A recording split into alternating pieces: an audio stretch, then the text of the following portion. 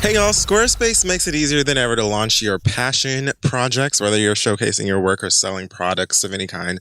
They've got beautiful templates and the ability to customize pretty much anything you want. You can easily make a beautiful website all by yourself, and if you get stuck, they've got a 24/7 award-winning customer support line that is there to help you if you need it. That's important. So go to squarespace.com/theread for a free trial. That's right, gratis, no money at all free the trial. And when you're ready to launch, you can use our offer code READ to save 10% off of your first purchase of a website or a domain. Let's move on. Hey y'all, today's episode is also brought to you by the great people over at Showtime and the critically acclaimed series The Chi. The heart and soul of Chicago's South Side lies in their community, but when your world is just a daily struggle to get by, can you rise up and stand tall to realize a better tomorrow? Maybe you can, maybe you can't, but watch as Ronnie, Brandon, Emmett, and Kevin confront the tough choices that will shape their futures in The Chi is created and executive produced, of course, by Emmy Award-winning Lena Waithe and Academy Award-winning rapper, actor, philanthropist, all kinds of things. Hottie. Mr. Common. So don't miss out on The Chi. New episodes every Sunday at 10 p.m. only on Showtime. To try a free month of Showtime, go to Showtime.com and enter code THEREAD. This offer is for first-time subscribers only and expires on May 6th. So head on over again to Showtime.com, promo code THEREAD for a free month, and don't miss The Chi. All right, let's start the show.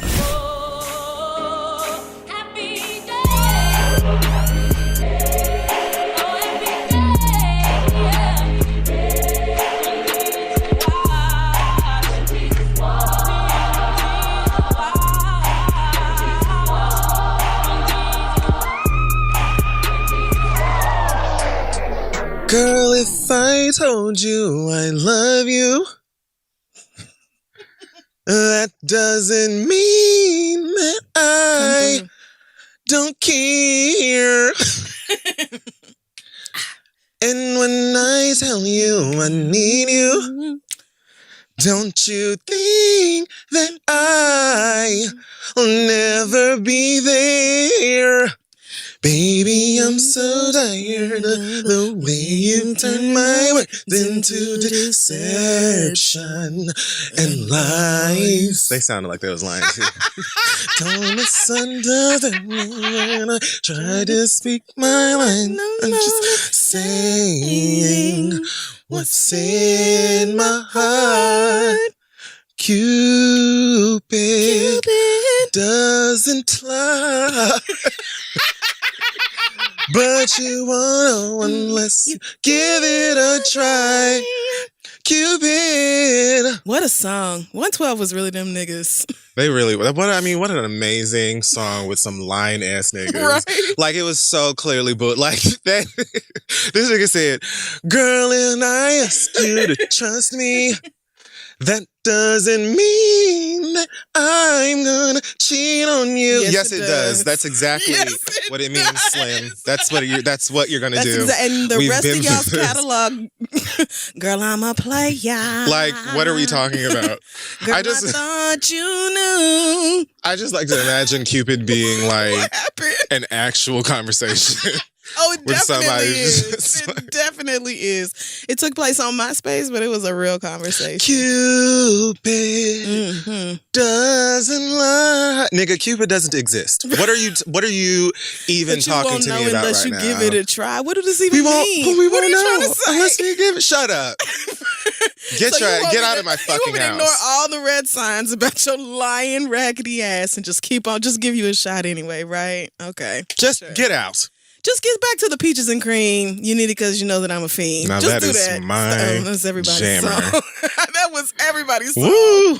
So good, man. I miss them days. The I, the M. Let me tell you what I'm gonna do. Well, see, now you done got me all fired up. I want to hear 112.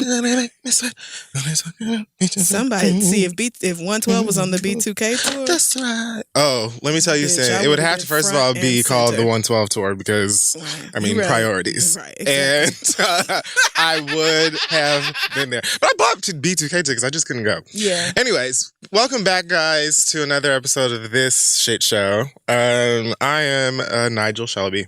And I am Rosetta Tharpe. And this is called The Read. What a sad story, but I'm sure we'll talk about that later. We will. But, this is what I be talking about with you niggas, though. This is what we be talking about. What we be talking about. But anyway, welcome back to the show. So, here we are again. About to close out April. Already, man. I mean, let's just... Next thing you know, the year is going to be over. So... Oh, I think Avengers is tonight. It comes out tonight? I mean, well, Thursday night. What was the movie I saw? Infinity War. Infinity War. So this is like the part 2 to that. But it just seems like it came out really fast. Didn't that movie just come out? But these blockbuster, big money, baller movie studios crank these things out a year apart. Got you. Okay. Yeah. All right. They definitely have the power to do that. Okay. Well, I'm sure y'all will be buying. And they filmed it all together, Of course they did. Why would you bring everybody back a year later just to shoot it all again? Like, they probably just filmed it all and was like, all right, this is where the first movie stops. And this is where the second movie starts. I'm going Friday, quite early in the day because I don't have time for y'all on the internet. I've already seen y'all talking about, well, I'm going on Thursday at 3 p.m. and I'm talking about it as soon as I get out and y'all can suck my clit. I'm actually going live from the credits. So, bitch, if you don't like it, mute me. Give the girls a chance. Like, it was hard to even get tickets for many people. I saw Tatiana's Twitter and she said she cried. So. Oh, yeah. I heard it was like... I'm like, oh, man. I heard poetic. Only way I'm going to cry is if one of the black women dies and doesn't come back. That's pretty much the only circumstances, right? I think it would be ballsy since they only have one move. One movie. Y'all better not try me. I feel like you better come back. Wakanda needs to kind of just make it through. We deserve just as Negroes. Exactly. And B, they only had one movie. Right. We just fucking got here. The rest of these white people been running around doing shit with the galaxies and all that. Like, Chris Pratt could go. Star-Lord could literally die. I wouldn't care. Could have been gone. Especially the way that he motherfucking acted. I mean, what are you? Are you fucking serious, miss? That young lady can go. Black excellence this week. Not Chris Pratt. Goes out to Lindsay Harding. Lindsay Harding is the first female coach for the Philadelphia 76ers. That's right. I know the name of a basketball team. Sure you do. They are also commonly known as the Sixers. Look at you. Their colors are blue as well as red and white. Okay. Shut me up. And Philadelphia is in Pennsylvania. What other incredibly basic facts can you give us? Lindsay Harding is recently promoted to player development coach for the Sixers. So she's the first female coach for the franchise and 7th female assistant coach to ever be hired in the NBA. Oh my gosh, she's only 34. Mm-hmm. Wow. Go off. And I steady pray for her because I just can't imagine being around all these sweaty ass niggas and just tolerating it. But I'm sure they bond in the love of the game. In the love in their love of ball. Well, maybe because she is also a WNBA player, niggas treat her with respect. Maybe. We'll see. Well, everybody seems to have amazing things to say about her. I'm reading here on Because of Them We Can. First of all, she was an assistant coach for the Toronto Raptors, which I believe Drake enjoys because Toronto, and right. I feel like I've heard him talk about them. Yep. So I know other things about basketball. Impressive. In 2015, she was an assistant coach for them in their summer league. And it says here that what does it say? Whether that's NBA or collegiate program, I don't think she'll ever have to play. Hey, come on in. Oh, we started, but please don't. Thank you so much. Don't let that deter you from bringing us gifts. Thank you. Thank you so much, Chris Morrow. We're sorry, Lindsay, that you're still black and excellent. Yes, she is. Somebody brought me alcohol. I just saw here that she was born in Mobile, Alabama, but she Mobile grew up in Houston. So I love that. Doing it big. That is just negrosity all in her upbringing. The Beyonce tribe. Yeah, Megan Thee Stallion. All that shit just rubs off on you, man. Lindsay Harding. No, she's got tons of respect from all of the players. Everybody she's working around says that she has an impeccable knowledge of the game and she's super sickening and she gets the kids together, etc. Good. I think that's dope. Congratulations. I'm all for Lindsay Harding. Women of color in power especially when power is directly telling niggas to get their shit together in any way, shape, or form. And you niggas need to listen to me. And I don't know much about the tiers of coaching. It's a lot of different kind of coaches. But a lot. You would be shocked. Player development coach to me implies that Lindsay has the right and the opportunity to say, and not just that, but do better. Right. Yes, that's right. She was called to do this. Actually, my check specifically. It's my job to take you from where you are right now to something good. I have a lot to do. But literally what they pay me for. Thank you so much. Just listen to it. You couldn't imagine a heavier burden. But here we are. I am today. I'm here anyway with a smile on my face. You are so dumb. So congratulations to you for being Black as well as excellent. I heard, speaking of sports niggas. Oh, Lord. I'm about to open your box. Oh, yeah. Is that Casamigos? I don't know. I don't think so. Oh, this should just say something in Spanish. It's not. Oh, this is your saying, bitch. Is it? Oh, it is tequila though. First of all, we don't normally drink during the show. I don't want y'all to think that we've just been drunk every episode. We normally do it, but it's not uncommon. We don't need the use of alcohol to perform. But I just wanted some today. Yeah, no. I mean, we came to have a good time. To do hood rat shit with our friends. It's Fran's birthday, so we're drinking organic tequila. Work in her honor. Fran and organic tequila. Look at this. This abuela ass bottle. So wait, does Fran have to drink organic liquor? Wait, does she drink? Doesn't know. She don't. Anyway, yes. What were we talking about? Oh, I was just gonna mention how Russell Wilson apparently gave his whole offensive line stock in Amazon. Did you hear about that? No. What? Like he bought stock in Amazon for his whole offensive line. Well, I mean, I think I did just see a story about him being the highest paid nigga in the NFL or something. Yeah, we talked about that last week. Right. Mm-hmm.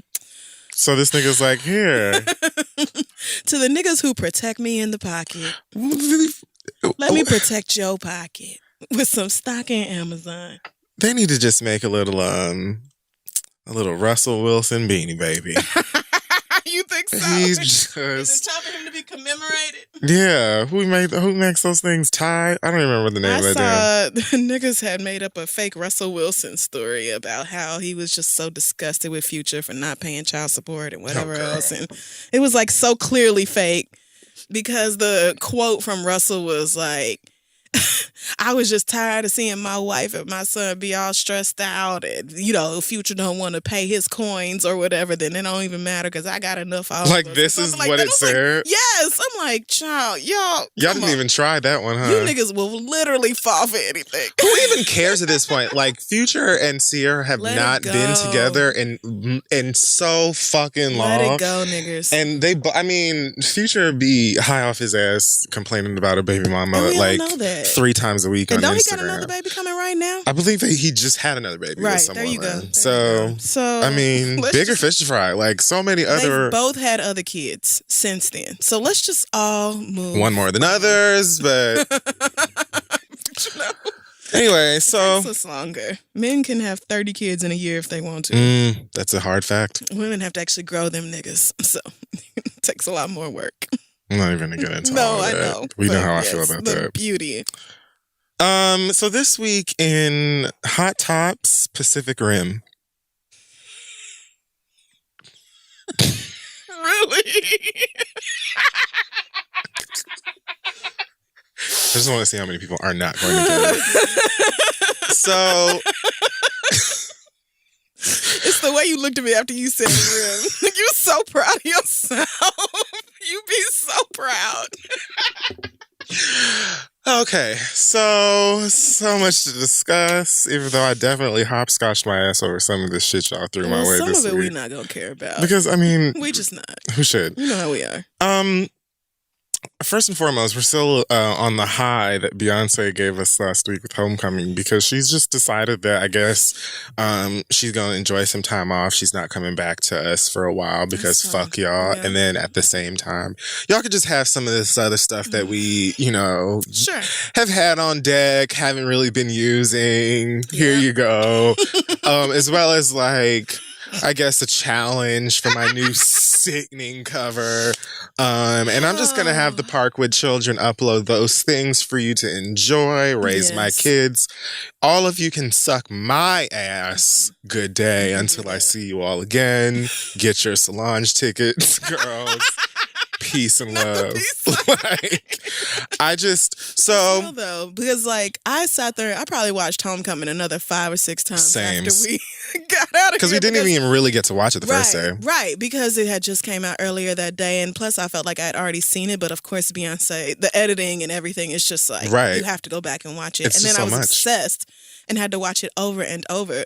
But the best part of this past week for me has been these Where is the Formation World Tour DVD shirts. What in the bloody name? I said, actually, just spit in our faces, Beyonce. Just do it. I love her. She is sick of us. She literally put our number one question on a t-shirt and is selling it for $40 in 4 different colors. And I'm getting one. Where's the DVD? I'm probably going to get them all. I already about to. So... the nerve of this woman. Right, and niggas is like, I mean, I'm about a shirt, but for real, where is the DVD? It don't matter. Buy the fucking shirt. It might come out on Netflix. It might not. It don't matter. I know that Blue was cheesing ear to ear when she uploaded the shit to the fucking website. You know she was. You know she was like full out cackling like they gonna hate this one. Ooh. Just in the PJ, in the fucking private jet, scrolling down and like from her ghost account and cackling at all of our reactions. She was sitting there, you know, in them fancy ass headphones they give kids when they in like loud spaces. Yes. She just sitting there in her headphones. Just crying, laughing. Oh, everybody mad for real now, girl.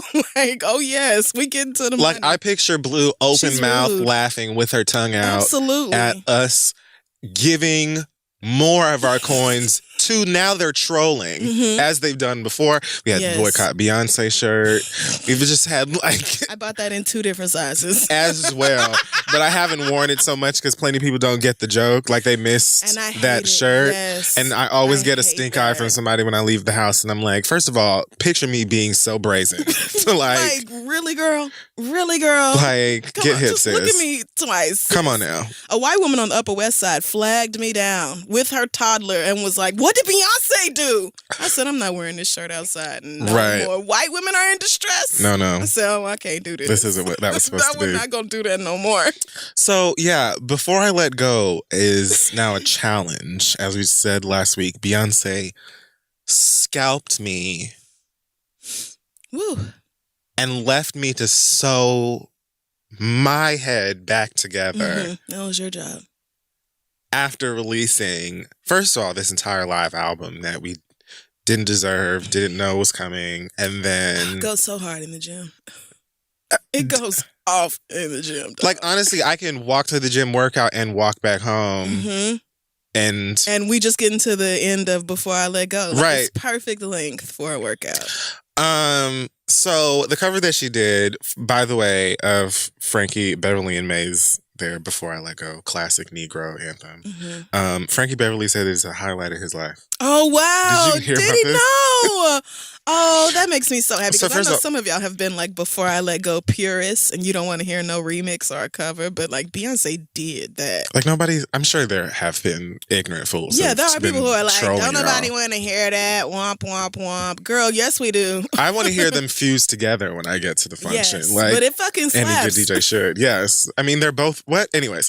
So. And it's different enough from the original to where it's like, Thank I you. like both. Thank you. I like both a lot. Thank you. Anyway, Exactly. Anyway. Apparently he got like a preview of it. Like once they had, I guess, finished like the draft that they were comfortable with. Somebody from Parkwood flew out and they got played to him the clip. like play it for him. Yeah.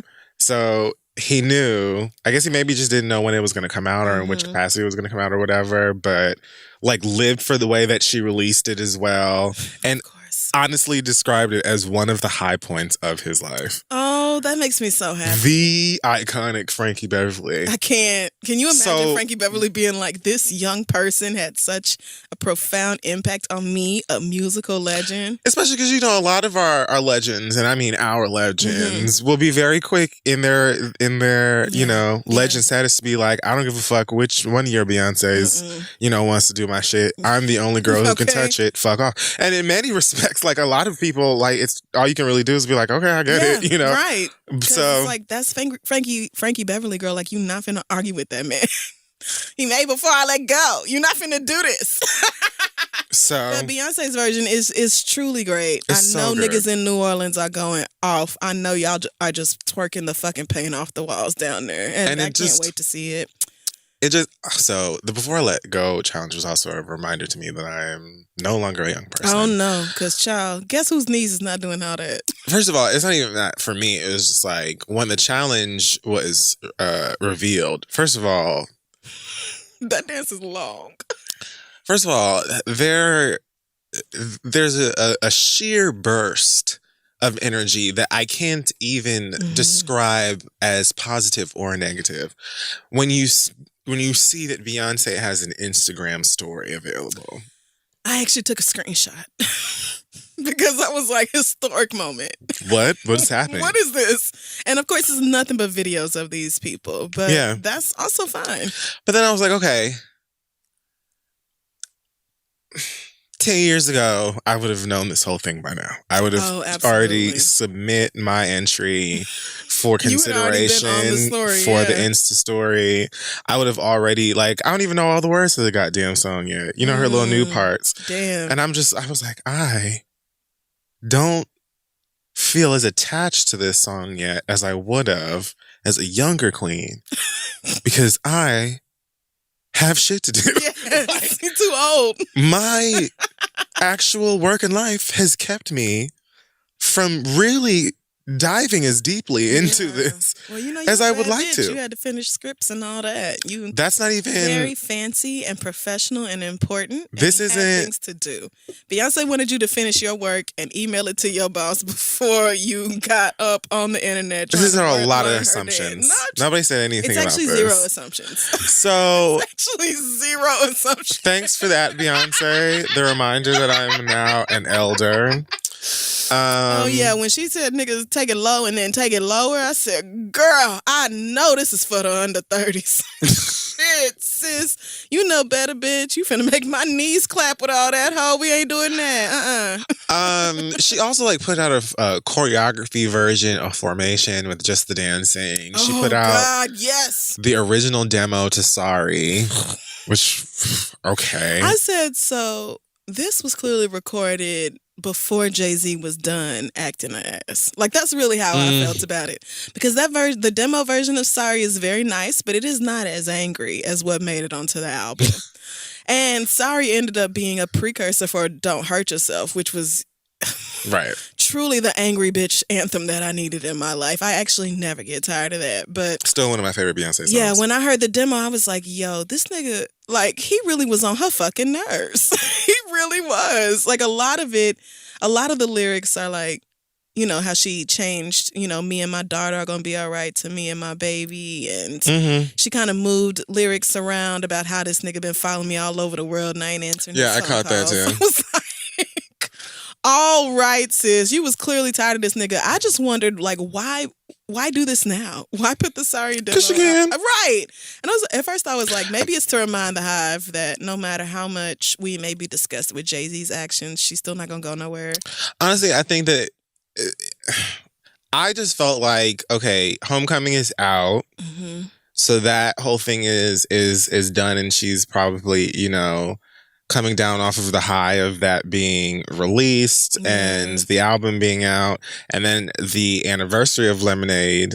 So it's just like, oh, let me just fuck with y'all and laugh at your fuckery. Blue gets a kick out of you guys losing your mind. So just doing some fun shit. And I know she does because her mama does. Because them Formation World Tour DVD shirts are disrespectful. They're very rude. And I want them all. So I'm like, damn, is she on the burner seeing all this, or is it just her own regular Instagram comments? Either way, Beyonce knows what we want, and she is spitting in our faces. I think they also put Lemonade up on Spotify and Apple Music, and like each account was standing on Twitter and other social media. Like Apple Music was like, "We stand forever. The Queen lives." On it. Like it was just like Apple Music sent me a notification. Bitch, Lemonade available now. Girl, let me tell you what, sis. I'm like, it's over on you knew Apple. Good and damn well that was already in my iTunes. Bitch, do not play with me. Hello.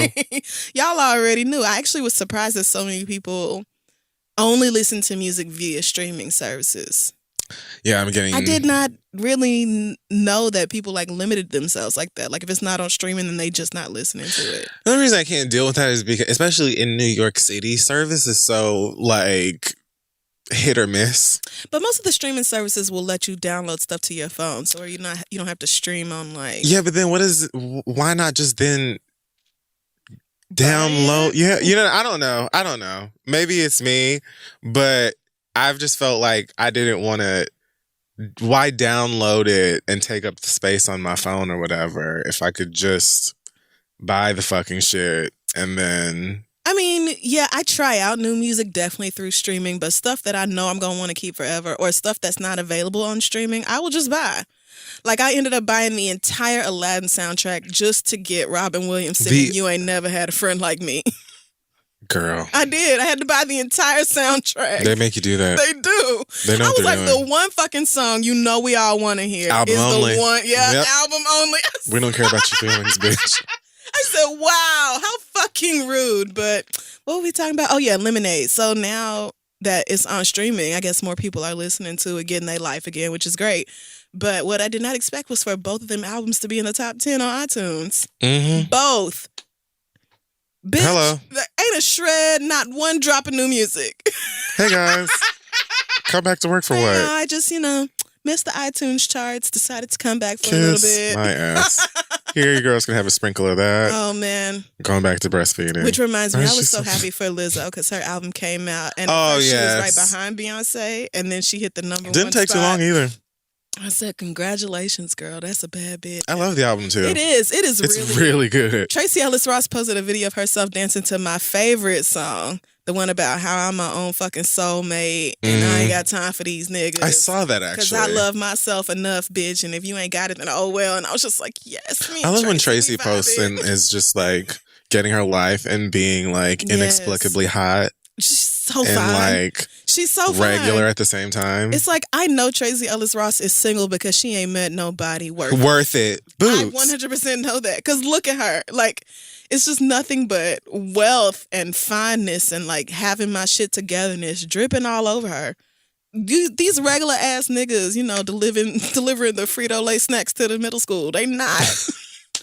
You got to give Tracy something else, okay? She needs some substance. You got to come in here talking that talk, nigga. So I just loved it. Shout out to Lizzo. On the other side of the Knowles coin, apparently Sir Matthew is working on a Destiny's Child musical. Did you hear about this? I'm going to guess the headline and I said, hang it up, Matthew. Now, here's the thing. I felt pretty much the same way when I first heard about this. Then I read some of the comments or, the statement. It's actually not an iOS press release. It's a real release on his website. Is Matthew's name? Matthew's first name is only spelled with one T? Yeah, you ain't know that? I don't think I did. What? Matthew Knowles has a website? He sure does. MatthewKnowles.com. Of course he does. He got a logo and everything. Why? It says here. Beyonce's not mad at him, so I'm going to leave it alone. But girl.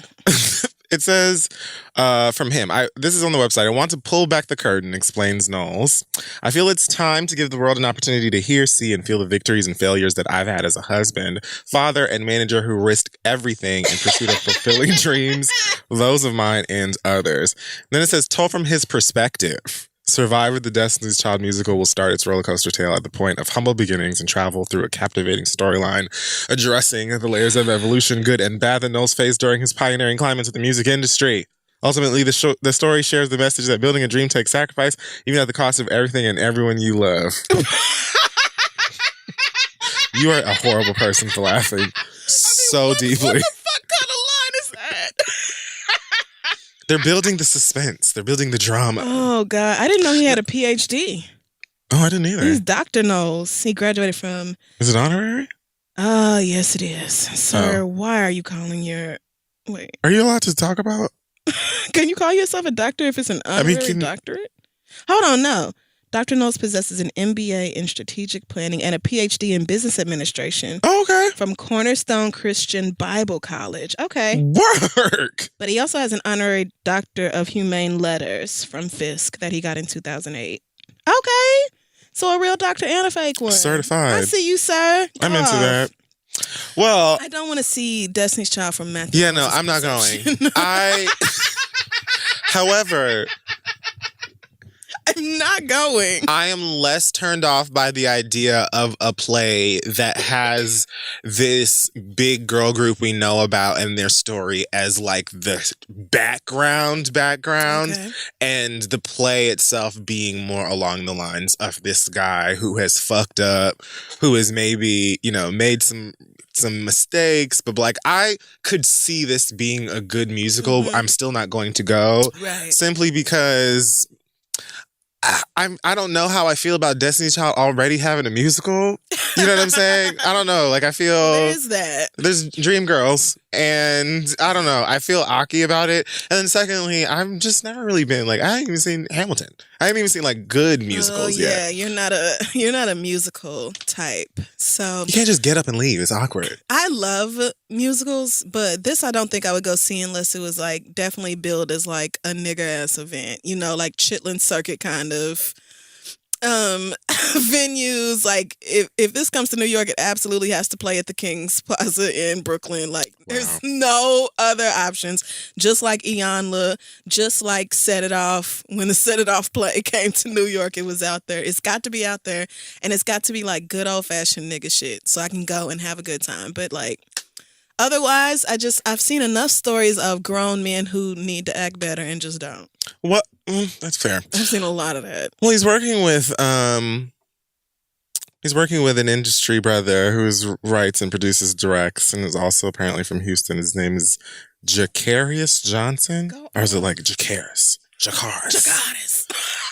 I hadn't heard of him before. I'm sure people who are more into the theater scene are familiar with him. But apparently, he has worked on stage productions that include Redemption of a Dog, Snoop Dogg's biopic musical, and Set It Off Live. Oh, yes! Yes! So, you might want to get you a ticket. I'm fucking going! That's all it took. I knew it! So there you have it. Redemption of a Dog and the Set It Off Live. Bitch, I'm going. I think you might want to think about this. That's what I'm saying. Like, I have to. Okay. I don't hate it as much as I did when I just read the headlines. Take back everything I just said. So. I'm absolutely going. See you girls there. I can't wait either. I love nigga plays. I love nigga piece theater. It is my favorite. See, this is... That's like worst case scenario for me. I feel like at least if I go to a production, whether it's a musical or just a regular play, that is good or even decent, more than likely someone had to talk me into going, but I'm gonna really enjoy myself when it's all said and done. Okay. Some shit like this where it's cringy, it's not like in the movies where you could just be like, all right, out. It's like when you get up and leave church before it's done. Okay. Like, but not with Jesus. Because it's just like, people be looking at you like, oh, so you're gonna be that girl.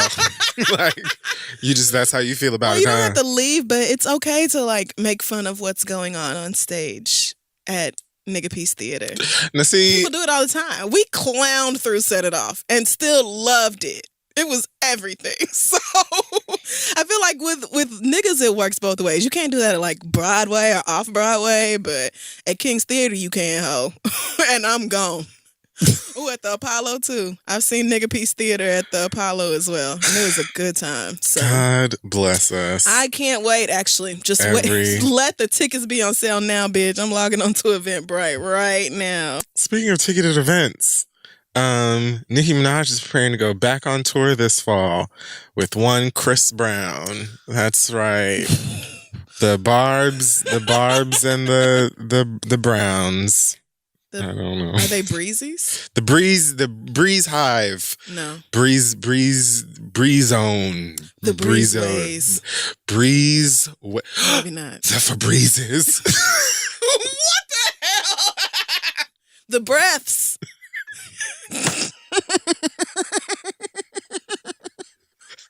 So what do they call themselves? I feel like I know. It's just Team Breezy. Oh yeah, it's just Team Breezy. You're right. Which you know what I fucking appreciate because the nigga called himself Breezy, Team Breezy. There it is. Yes. It's so much better than like deduction going on. Oh, the daffodils. I don't like what are you doing? So yeah, Nicki Minaj is apparently, so first of all, she got rid of a ton of her management that she's been working with for like ever, which is a good sign depending on how you look at it. I mean, Beyonce got rid of her management and she leveled up. So I'm looking forward to what's new from Nicholas. Yes, good for her. Because you can't. It's only so long you can keep doing the same shit. If niggas not gonna grow with you, then it's time for me to grow without you. I mean, that's just that. So good for her, because after they had her booked in like overseas venues where nobody had vetted the event, and her dressing room was just a curtain up on a stick and with a printout of her name on it. Oh my gosh, how did that happen? In like Shanghai or something? Yes. Like, girl, how you get booked for international shit and it's this fucking janky? Like, yeah. If those people weren't fired at that point, they should be thankful. Fire everybody. That's right. So yeah, Chris Brown has got new music out. He put out some song that also sounds like how much Chris Brown loves Michael Jackson. I don't even know. Like it sounds like, you know what I mean? I do. One of those Dob hat wearing ass sliding through the middle of the road ass songs that's Yes, oh, this sounds so nice, Chris. Thanks. Okay, I don't have to go listen to it on Chris my Brown own. my mama likes. Yes, exactly. Yes. She really liked his cover of This Christmas. I was shocked. Oh, yeah. A lot of people love that cover. It is a really good cover. So that is just so sweet. You know, niggas on Twitter argue every single year about which one's better, Chris Brown or the original. We're actually not going to do that. But I mean, it literally happens every 300 and some odd days. That's a lie. It happens every single holiday season. I see y'all niggas really argue about this. No, you niggas tried that. That is. I don't know why. That's not up for debate. But Chris Brown's version is, very cute for the young people. Let them have it. It's fine. It's cute for like it's cute for like Sunday school and like, your little church. Yes, the kids. If the kids are doing a performance, the youth program. Yeah, you can have the Chris Brown version playing in the background because them kids not gonna sing every word. So it could be that. But all the church programs I've been to is like, this Christmas is way too secular for them. They not singing that. It's got to be, Christmas is about Jesus. Okay, it's old holy Hello, night. and that is that. On top of that, I don't care about your love, nigga. You better love God. Chris Brown also just recently released a song with Nicki and the G-Eazy boy. I don't understand how I never hear about shit like this. Like, Chris Brown and Nicki Minaj are very famous. How did I not hear about this song? I think the song just came out. I mean, I literally just listened to it maybe the day before yesterday. It's called Wobble Up. And it's just so funny to me that Chris Brown is still Chris Brown. Because you get this R&B, little more soulful pop song from him that's like, oh, this is so cute, Chris. And then you get this type of record that's like, wobble up on my dick, suck my dick from the back. Beautiful. Big long black dick. like what are we? From the back. That could just be the refrain. I'm gonna nod in your eye, girl. What? Wipe it out. And then a verse from Nicki rhyming, sheep with Jeep or whatever else. Right. A bunch of different variations of ass. And I don't know, crash or whatever. I don't know that this warrants a whole nother tour, but do whatever y'all want to do. I think that I think that this is for people who enjoy one or both of them. It's going to be a good show. Granted, they don't have technical difficulties and drama and the like. What happened to her European show? And I thought she was I think that touring tour's the done. U.S. in the fall. I mean, yeah, Did she say no? But what happened to Future? And all that? Remember, she said she was gonna do. Well, no, I don't think. Oh, did she say that she was gonna do the U.S. leg with Future? Remember, it got. I thought that she just took Future all off of it altogether. She was well, maybe she did, but she said that she was going to do. She was going to do the U.S. after Europe this fall. It looks like it's going to be Miss Onika along with Christopher. I wouldn't be surprised if G-Eazy is opening for the both of them or whatever. And I don't know what the tour is called, if it's going to have a name at all. Okay. But if you like these niggas, I'm certain that you will have some semblance of a good time. Yeah. So that's going to be quite the crowd. There's not much information about it yet, but we're quite excited about it. And I guess Wendy Williams said something shady about Chris Brown not coming on time or whatever. And he responded to it on Instagram, but it wasn't horrible. Really? It wasn't, bitch, if you don't shut your old drunk ass, drug addicted ass up, that's why your pussy can't keep a man or whatever. Like, I definitely thought it was going to be something along those lines. It was like Ayanla was sitting next to him and watching him type it. Okay, so it was still and bad, but allowing some shade to come through, but just not violent shade. Pop my butt, pop my butt. All right, let's move on. Good for Chris, good. I love that growth. So, this young lady, Brittany Taylor from Love and Hip Hop. Nope. What's her stage name? Brittany Taylor from Love and Hip Hop. Okay, well, fuck. One of the other girls threw a shoe at her at one point, and some years ago, I believe. What else happened to this child? What are you saying? The girl took her shoe off and threw it at this one. I don't remember anything else that happened with this girl. This happened on the show? Yeah, this happened on Love and Hip Hop. I don't know her from anything else. Which Love and Hip Hop? New York? Yeah. Okay, yeah, I don't know who you're talking about at all because I don't watch it. So. You can Google her. Her name is Brittany Taylor, and she allegedly comes in every flavor or something. I don't know, whatever the fuck her saying is.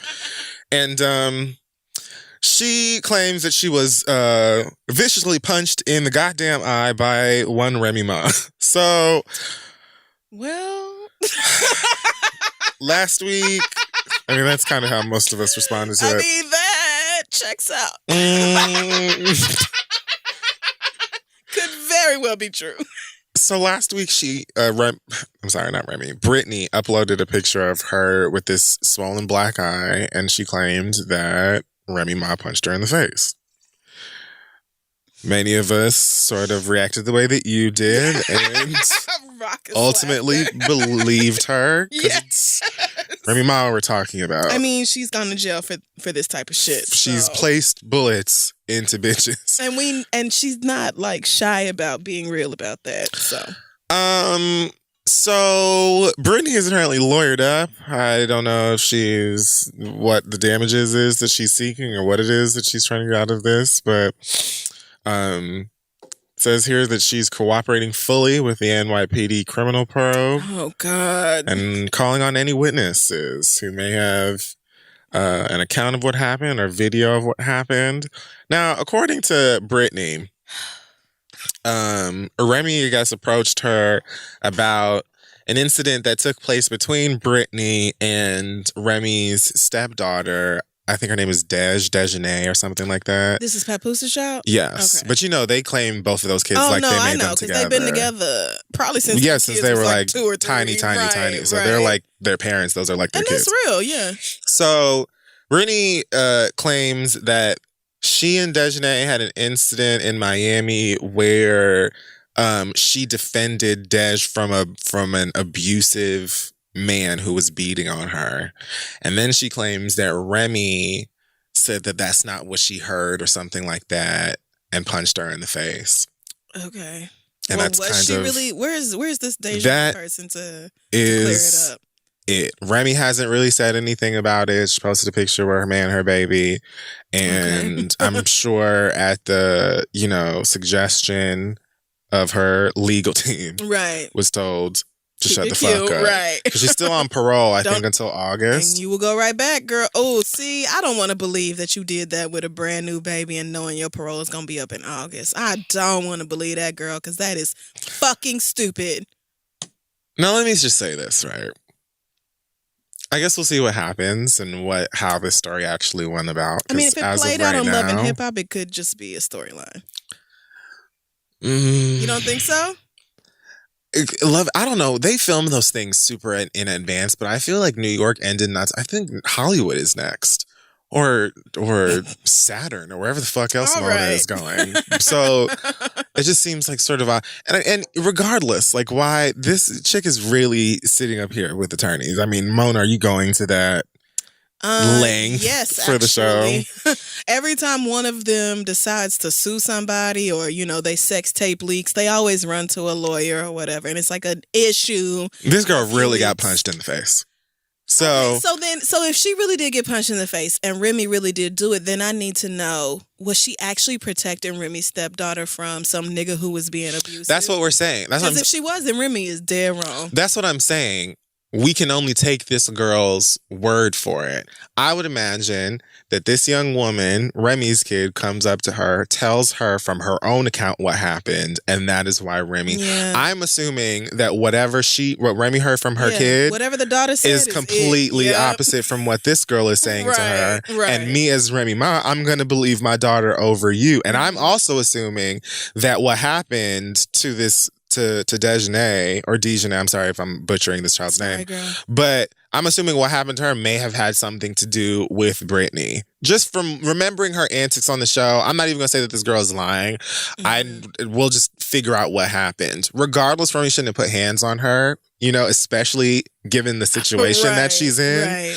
But I am, like you, very curious as to what actually happened that led her to possibly punching this kid in the face. Right. And if you deserved it. Because you may have. If you lying, girl, and you was just fucking around with Remy, my stepdaughter, and you got clocked in the face, then oh well. Like, it just happened to you. But my opinion... You got to take a punch in the face sometimes, girl. Like, but my opinion and the opinion of the Department of Justice are not the same. I might say, hardcore. You was talking crazy shit, bitch, and so you got your shit rocked, and that's just the way shit shakes out. But the parole officers and prison system, they don't really look at it like that. So I really don't want to believe Remy Ma just had this gorgeous baby and seems to be so happy, and all these great things are going for her, and she risked it for some bitch. Like, who is this? Some girl child. Damn way. Like it can't be. Come on now. So, I guess y'all will see what happens on Love and Hip Hop, but I'm sure this will be on the next season of Love and Hip Hop in some capacity. I would hate to see Remy Ma go back to prison. But can you imagine over some kid that we don't even know shit about? Girl, see, that's I what think I'm she has a saying, song with Trina too. I would also believe my daughter over some random, bitch on a reality show. Like most people would. However, I'm going to draw the line at putting hands on her because I have too much shit to lose. And you would really think Remy Ma already internalized this lesson. Like, you've been in jail and they didn't just keep you there for like 30, 60 days. You wasn't there for maybe even 4 or 5 months on some Chris Brown shit. Like, girl, you was in prison. Yeah, you were in prison. For years, bitch. So it's like, I don't even understand why you would risk it. But bitches will also try you knowing you on probation. That's also a hardcore fact. We just don't have enough information. We don't. Not enough facts here. I've been playing Phoenix Wright, Ace Attorney. So great. We don't have enough info here. We have to continue our investigation. That's right. Uncover more clues so that we can figure out who done it and why. I just love that you just dived right into this thing. I can't stop playing. It's amazing. I can't stop playing. The rules are ridiculous. Like, the scenarios are utterly absurd. Yeah, intentionally. Like, there's a new law in the city where every trial has to be done in one day. And it's like, what? Yeah. So the day after something happens, like somebody got murdered on Christmas Eve and they had the trial on Christmas Day. And I was like, this is it. I love it. But I do love the game. I'm actually, I'm pretty good at it. Not to brag, but I love it Phoenix, would be hard right? to not be good at it. And Danganronpa. It is... It is fun, but yeah, we just don't know enough about who did what and why in this situation to judge appropriately. Right. I just hope Remy didn't really violate her parole behind some goofy some bitch, little that would be foolishness. It would just be so unfortunate. No, man. Like, come on now. We're too old for that. Like, I know we love to fight. Everybody loves to fight. You don't even have like a good homegirl who could have gone and punched the girl in the face on your behalf. Somebody else. And now she talking about anybody got video. That lets me know at least she wasn't dumb enough to do it with the Love and Hip Hop cameras around. But that's what I'm saying. I think this girl really punched her in the face on some real life stuff. And the funny thing is, like, I mean, it's not funny, but like maybe 2 days after this story came out, I saw this video just randomly browsing YouTube. I saw this video from, is it Genius that does these? It was Remy Ma, like, judging this like list of new female rappers. Other people's lyrics? Well, they like played clips from maybe 4 or 5 different new women in rap. Okay. And then she had to like judge how she felt about them. And then in the end, she basically picks which one is her favorite. And then they call that whatever the name of the fucking shit is. I can't remember. But it was like Tierra Whack, Cupcake. Who else did they show her? Some girl named Mulatto and some other folk. Mulatto? Yeah, girl. Oh my God. But when she was listening to Cupcake's verse, it was funny because Cupcake said something about punching a bitch in the face. I don't remember how the line goes. And Remy said, I love when... Remy said, I love when female rappers be talking that I'll punch you in your face shit. I just love that. It was like 2 days after that thing. And I was just like, yeah, Remy has hands. Yeah. And she'll use them. And you know she will. So. Well, God bless everybody. This girl in her eye, Remy Ma and her family, and everybody involved. So rapper Dave East caught some flack. Oh my God. What happened? Nothing. I just was not ready. For that? Yes. You reacted to it so fast. Oh, because I just, I think it's the tequila. Oh God, I'm feeling let's a little more. No, we're not gonna stop.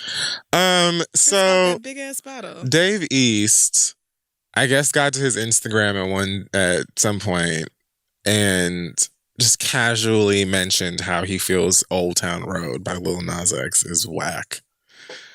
So I guess the Nas X tribe, the Nas X streams, the little Nas Tentacions.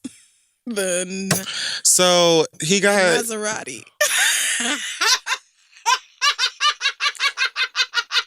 So the girls were upset with Dave East over his opinion or whatnot.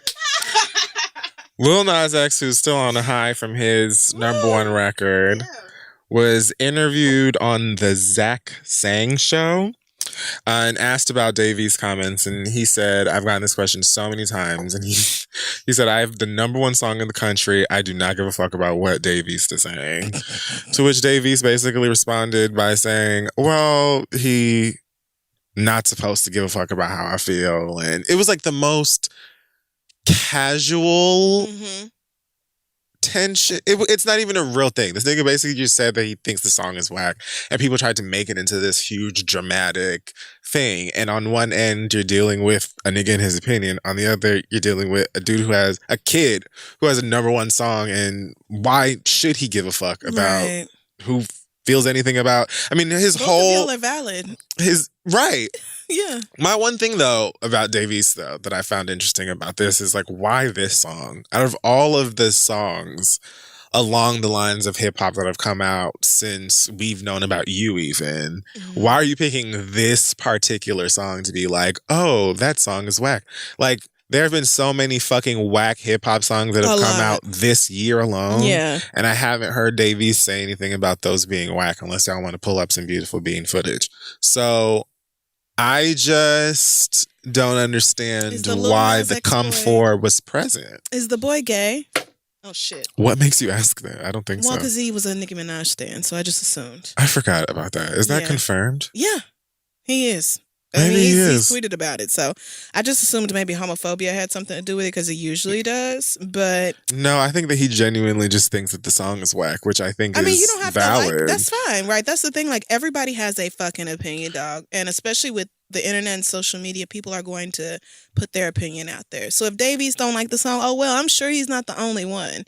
You know, shit just gets hyped up because everybody's on Instagram in their feelings and tagging their faves and all that, and it just turns into a big ass deal. But I'm glad if that little boy said, "Who gives a shit what Davies thinks about my fucking record?" I mean, why should he? The song is done Exactly. so successfully. And he's just like, he just previewed some other song he's working on saying like, should I come for the rock charts next? And it's like some punk rock song that actually sounds decent. I mean, as decent as an Old Town Road for country or whatever. I also saw some tweet from him that said something like, y'all keep threatening to post my nudes as if I'm ashamed of this blessing or something like that. I saw that too. This kid's having the time of his life. He is. He's loving the fame. He's having a ball. Give it to him, okay, bitch. He's having a great time. And I'm for it. At least like I can mostly understand what you are saying. Mm-hmm. And I think that you are attacking the music. This is what I said when we talked about Old Town Road in the first place. I want to hear more from you. Yeah. And what I heard was really only like 30 seconds of this song that he may not even fucking release. But at least from what I've heard right now, you are clearly having a good time. You're not taking it too fucking seriously. And it doesn't sound like you just went into a studio and like picked your nose and belched on him into a mic and was like, oh, let's put this on the... It sounds like you're actually trying to do something different, which I commend, but he's still brand new. Like, all the girls, hold your horses. This kid could be a fucking serial killer. We don't know nothing about this motherfucker yet. Like, everybody calm down. I just knew he was appropriating yeehaw culture. I knew this wasn't really no country nigga at his heart. So, it's fine, but... You know, a little disappointed, but it's fine. The war between Tierra Marie and 50 Cent boils on. I hate slavery. So apparently, there was this story that came out that Tierra Marie's got a warrant out for her arrest in the amount of $5,000 after she didn't show up to court for this whole 50 Cent wants his money thing. Sis. There's also the report that 50 Cent was granted access to like examine Tierra's finances so he can get closer to getting his $30,000. Leave it alone. Oh my God, Curtis. In the meantime, Tierra Marie has taken to her Instagram to continue posting memes. Here we have one of Tierra photoshopping herself onto this screenshot from Forrest Gump where he's running away from that busted ass car, except Tierra's head is on Forrest and 50 is driving the car. Niggas. She jokes, y'all fuck with the album cover? Hashtag I ain't got it. And she also posted another meme of 50 Cent's head photoshopped onto Angelina Jolie's Maleficent. And it's got exclamation bubbles above it that says, I'm thirsty for attention. I'm sad inside. Tierra Marie captions this one, never believe a nigga named Curtis.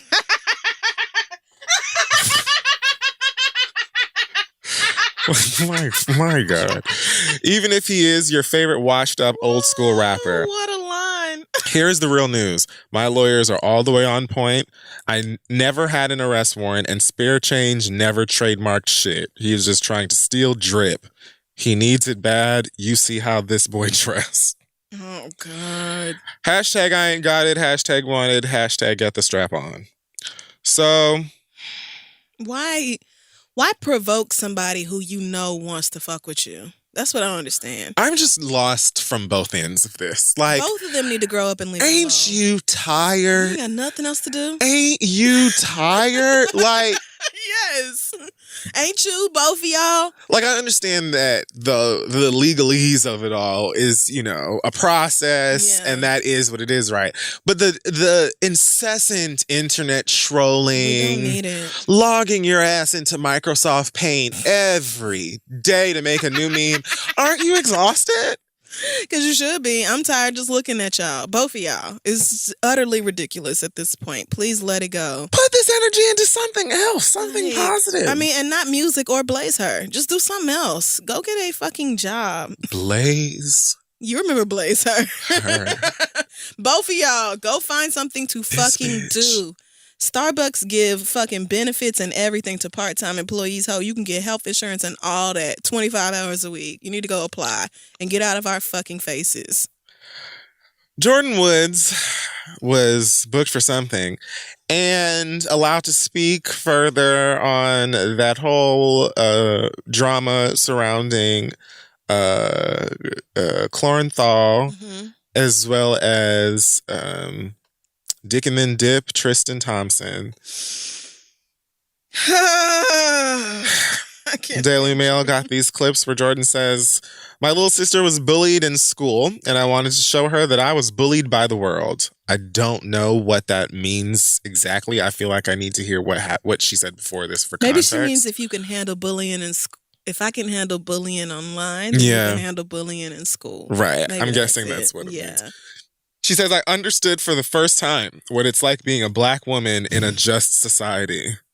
I'm assuming she meant... In a just society? Right. You're losing me, Jordan. You're losing me. You're losing. Think you know. It's like the opposite of what you meant. How can we be so disrespected and nobody can really understand to that extent until you have lived it? Which just sounds so much like the testament from a black girl who has had nothing but privileged white girls as friends for probably her whole life. And really, honestly, nothing but a privileged white life. The only thing that's keeping Jordan Woods from being just like the Kardashians is the fact that she is black. Like, she has always been, you know, rich and grown up around those type of situations, those type of people. So she probably did think this situation was the first time that she experienced discrimination as a black woman. She's not correct, but that's probably the first time that she actually felt it, you know? I get that. That may be the first time that it was overt. But she's 21 and she was friends with the Kardashians. Like, I'm going to give this baby some grace and pray for her on her way out the door. I tend to give black women more grace than anybody else. Fair enough. When I saw the quote, I was like, Jordan, this don't make no sense. And then I clicked the link and read the rest, and I was like, okay, so none of this makes sense. So, Justice, so I'm going to just let you be I don't know 21 and in Nigeria and having a good time, and maybe now you know what it's like to be black, I guess. I don't know what you was trying to say, but whatever, Jordan Woods. I'm still not on Khloe Kardashian's side. Did you see that goofy bitch in her silk slip dress and some Timbs? You would have to come and offer me information about this woman for me to see it. Oh, Kanye. I think the last thing that they did that I paid attention to was like when the trailer for the new season came out and it was all over the place. I watched that dramatic ass shit. She was crying that her business was all over the place. Like she didn't put her business. I was like, y'all cut this trailer together like 2 days after that nigga kissed her. And did. Wow. Yes. Wow, so shocked. Just rolling right on out. It's so crazy. Like a coincidence, right? Except absolutely not. Except it Those isn't. people know what they're doing. So good luck to Jordan Woods escaping from that life. Here. And because that didn't make no sense, girl. I don't know what the fuck you was trying to say. You need to take your ass. Don't say nothing else unless you're on Red Table Talk and Jada can edit it. Because I don't know what that was. Sweetie. Shh, shh, shh. You're so pretty. Just go take a picture. I know Jada read this and FaceTimed her, and the first thing she said was just right. Let's talk about definitions first. Because I don't know what you was thinking. Just come back. What season is Red Table Talk on? Was that just their first season? They're about to start. I guess they're having seasons. You know, I guess that's what. I mean, I know they're definitely considered seasons, but I don't know if this been soon. Like if this would be season 2 that's coming up, or if it's 3. It may be 3 because I feel like it's been around for a little while. Yeah, I think last season was their second. Everybody has seasons except us. Because we don't. I mean, we don't take breaks. We don't take breaks. So, we do this show all year round. This whole thing is a season. I mean, listening to so many podcasts now that are like, "We're taking a break for the summer. Be back next season." And I'm like, what? Whoa! Wait! What? You can do that. Like, what? And I'd be so upset too. Like, no, not 12 weeks without my show. Mm-hmm. But I get over it. It's like, wow, what? What a fucking concept. Could we ever get away with that? I wonder. Just take 3 months off the show. We'll be back. Let's think about that. For season 8. I don't think we could pull it off, but maybe. What else is there in this bag of foolishness? I feel like most of the other stuff I didn't really care. That's good. You know, if you didn't care, I definitely didn't. So that's fine. So, the timer looks blessed anyway. So let's take us a break, pay bills, come back, read your filth. Okay. Hey y'all, summer is pretty much here, if not around the corner. So if you're in need of summer clothes, but you don't want to spend too much of your money, you're going to love ThreadUp. They're the largest online consignment and thrift store offering clothing, shoes, handbags, and accessories at up to 90% of estimated retail price. They provide the comfort of shopping online with the insane deals of thrifting with over 35,000 brands. That's right. You can find you a cute little Coach purse, something like that, for $10. You can find you like an anthropology dress for $6. You know, you can find you some cute tanks and all those types of things for prices that you just can't beat. And everything is hand inspected to ensure it's in high quality condition. Yes, it is. I actually just placed my first order on ThreadUp and I got a lot of very cute stuff, including some Ralph Lauren pants that were like $38 marked down from like, $150 or whatever. Mm-hmm. A few really cute dresses. Like I got 12 items in my cart and my grand total was $150. That's because pretty good. Consignment is everything. Like I'm so obsessed with ThreadUp. I just think it's a great way to add a bunch of stuff to your wardrobe without spending a whole bunch of money. And yeah, summer is coming. We're going to need something to show off these thighs, okay? It's time. I do. So you can head right on over to ThreadUp. They are offering y'all a limited time special offer for an extra 30% off your first order. So go to threadup.com/read. That's threadup.com/read. There's no A in thread. So yes, threadup.com/read for an extra 30% off today. Terms apply, so go check out the website. But yeah, get to shopping. It's that time of year. Let's get back to the show. Okay, so we're back. It is time for the letters. It is. Send your questions to asktheread@gmail.com. We may just read them aloud on the show. A lot of y'all sent in advice for the young woman whose best friend slept with her auntie and all that. And most of it was along the lines of, just try to let it go because it's not that serious. Yep. It's not really none of your business. Like, I I saw understand that. being uncomfortable, but it's just not that deep. I guess. But I just I couldn't come up with another answer, so. Because that was just I keep putting myself in that situation and it just feels so bitch, absolutely the fuck not. But anyway, let's dive right into the questions this week. This first one comes from Garnet, who says, I love y'all so much. You have opened my mind and broken down walls I didn't even know I had. Amen. Come on, Beyonce. All right. Regarding the LGBTQ community, I have always treated people for who they are, excuse me, and not what they look like or who they choose to be with, because they are humans. I discovered y'all's show through Deval and Kadine's page after going back and listening to past episodes. I'm happy to say that I have grown more. Fast forward to today, I feel like I've come further than my friends in regards to the LGBTQI community. One of my friends recently sent a video clip of the show I Am Jazz on TLC. I don't watch it, but I've seen a few episodes. Jazz is a transgender teenage girl. The clip my friend sent was of Jazz talking to her boyfriend's mom while her mom and boyfriend were present in the room. Jazz was confronting her boyfriend's mom because she kept calling him gay because he's with a trans woman. Did you see this? No. So I do catch I Am Jazz every now and then. She has a black boyfriend, or did. And she was on the phone with the boyfriend's mama, and the boyfriend's mama was being incredibly ignorant, calling her son gay and all that for being with Jazz. And it was just like, oh my God, why? This is so uncomfortable. No, but, I haven't seen that. Yeah. Anyway, my friend sent the video to the group chat and said, maybe I'm ignorant, but I agree with this mom. It took me a minute to respond because I had to gather my thoughts, but I said, when you're ignorantly speaking, the mom is right. Her son is gay because he's with someone who used to be a boy. However, we are not ignorant and we know better. Jazz identifies as a woman. Her boyfriend sees her as a woman because she is a woman. He accepts her. He accepts her identity. He is straight because he chose to be with a woman, and his mom is too ignorant to accept that. He is not gay because he chose to be with a trans woman. And why does that label even matter? Damn, you went in. Go off. Gay people don't even ride that hard. Honestly. I don't know if you could say he used to be a boy. Well, no, but I think she was assigned saying male she was birth. saying I if you're ignorant, then that's how you feel about it. Because honestly, that's how people talk. They're not taking the care to be I get it. Unoffensive with their words. But yeah. The other person in the group chat agreed with what I think and pretty much said what I said, but we both responded to her and said, that is your opinion and your ignorance. However, now I feel some type of way. This woman is supposed to be the godmother of my child, and what if my baby comes to me and says that they're trans or bi or gay? How is she going to react to that news?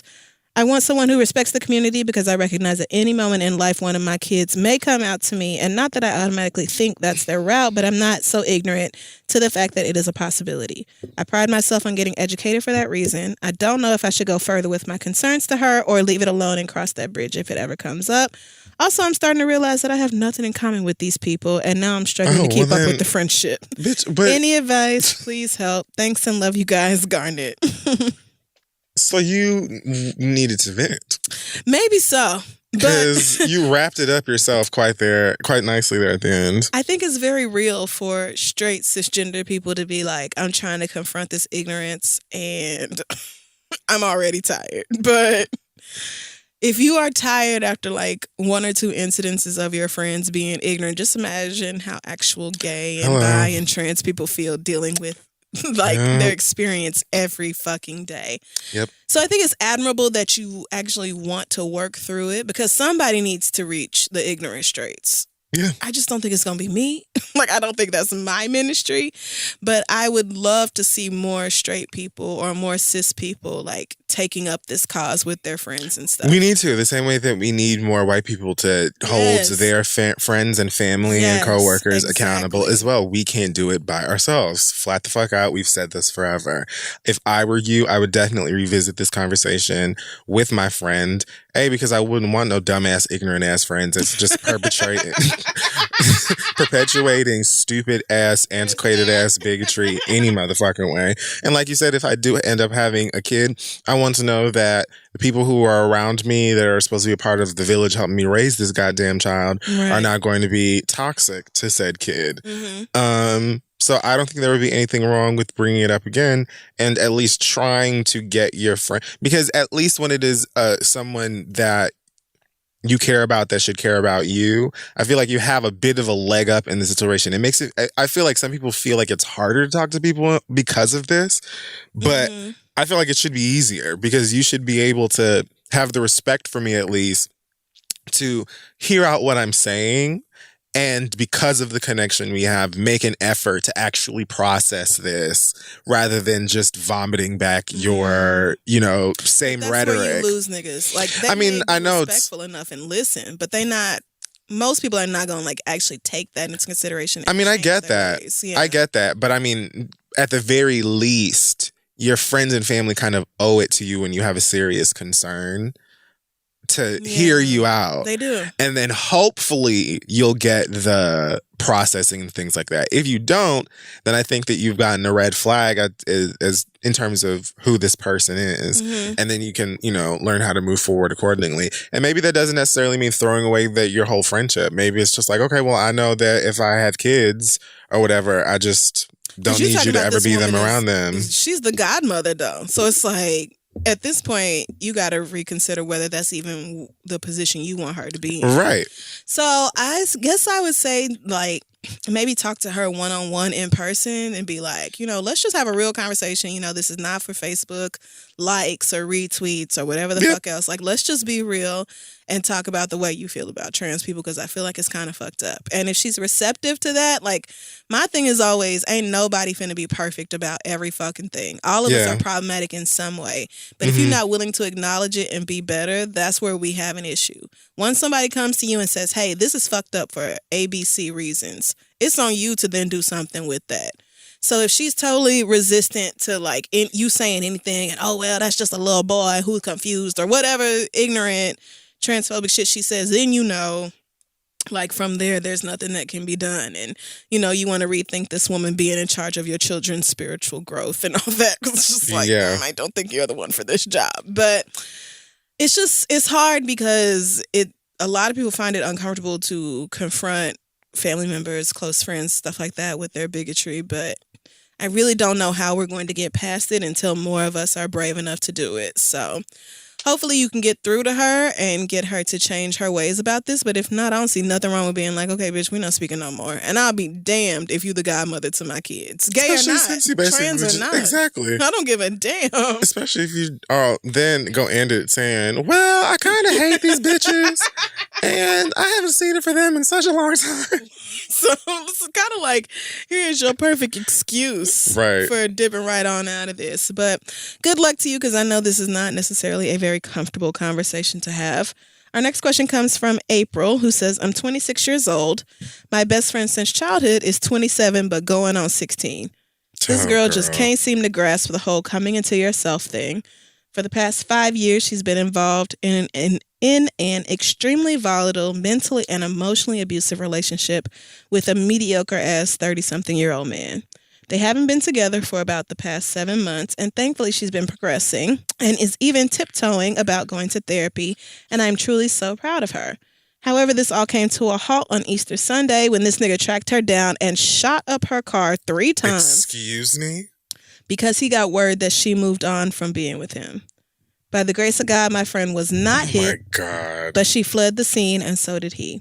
She came to me panicking and crying, and when I mentioned calling the police, all the progress she made slipped away. She instantly ran to his family and is now on team. He's mentally ill, so he didn't mean it, and I hope they don't catch him.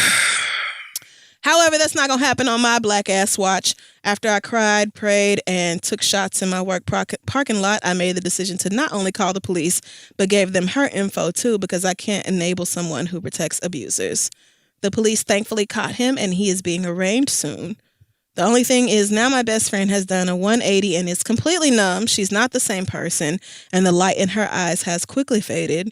She doesn't know that I tipped the police off, and although I know I did the right thing, I want to know if I'm wrong for not telling her about it. I'm conflicted, and also I realize I can't carry her bags and my bags at the same time. Am I dropping some of this baggage by coming clean, or do I keep my mouth shut and watch her sulk? I love y'all. So proud of you both. Sincerely, April. Not you got this mic. This fool done took the mic out the stand like Jill Scott. I just don't feel like sitting forward. Okay. Y'all be like, why don't you just ask us to build rockets? I don't even be knowing how to answer these questions. They're so tough these days. Honestly. Well, because I'm tired of my boyfriend's blatantly awful. Should I break up with him? No. I mean, we know you should. Like, it's just like, y'all be having real complicated issues. Mm-hmm. I totally see the complication in wondering whether or not you should tell her, that you tipped the police off. That would be eating me up.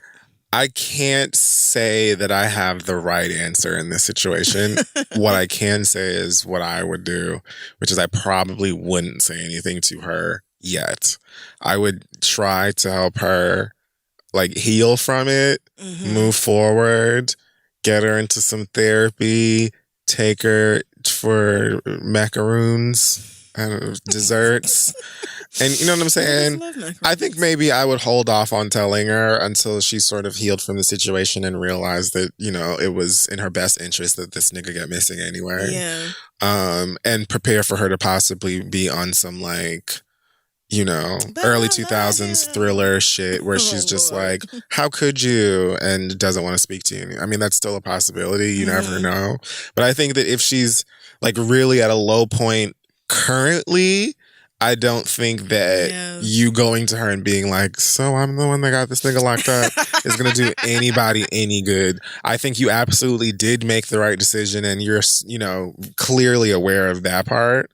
And I mean, the mere fact that he shot up her car, could have killed this girl, she still had this sort of Stockholm syndrome-esque attitude about it is evident that of course she's handling the situation like this. You know what I'm saying? She needed someone to intervene. So I think that ultimately right now it's just about trying to be there for your friend and heal her and help her and focusing on that. Again, I think I would turn more so to the listeners for y'all's opinion on how you would handle the situation. Personally, I don't think I would say anything to her until I can see that she's made progress and realized the gravity of the situation. Yeah. Because then if you tell her so look, bitch, we done had 3 Alizés tonight. I always choose Alizé. We done been drinking, you know what I'm saying? So I'm so proud of you, girl. You've come so far. I just want to let you know, don't hate me, but I'm the one. And you still, like I said, got to prepare. That bitch might tell you to get out. But hopefully she'll be like, thank you so much. Like, I didn't see it or whatever before, girl. Right. Honestly, I think I agree with you. She is kind of fragile right now, and she needs support of people who truly care about her. And I know that you are one of those people, because you would not have called the police on this nigga if you didn't actually care. Right. The fact that he actually shot at her. What the fuck is wrong with niggas? Is so goddamn disturbing. And the fact that whatever she feels for him, whatever combination of like her feelings and her trauma or her bullshit or whatever, because you can't tell me she ain't never been through no bullshit if she's still trying to protect a nigga who tried to take her out. Right. She's been through something that makes her not value her own life as much as she values someone else's. So I just don't think shaking it up by like her boyfriend being locked up and now her best friend being locked up is going, or not locked up, but she's going to feel at this point probably betrayed by you. And I would keep it to myself until she's at a point where she's like, praise God for whoever got that nigga locked up. Yeah. You know? Surprise! and really, the thing about this is I wouldn't feel any guilt about not telling you because your nigga shot at you, girl. Like, it's not even that. It's not even like on Insecure where that nigga tried to come around after he ghosted Issa on her birthday and Molly was like, told him nah. to get missing. It's not even that. Like, the nigga shot at you, girl. Like, this is serious. This ain't no fucking game. This ain't fucking jokes. Like, your life could have been ended that very fucking day. I don't give a fuck about him. And you it's can go. So tragically common for niggas to behave this type of way and get that response from the women that it is that they're abusing, harassing, attempting to kill, whatever. You know what I mean? Right. Like, and that is why it's so common. So no, not even if this chick never ever speaks to you again, I think you should sit comfortable in knowing that you did the absolute right thing, because niggas need to get their fucking minds right. You like, I don't even. Yeah, this is trash.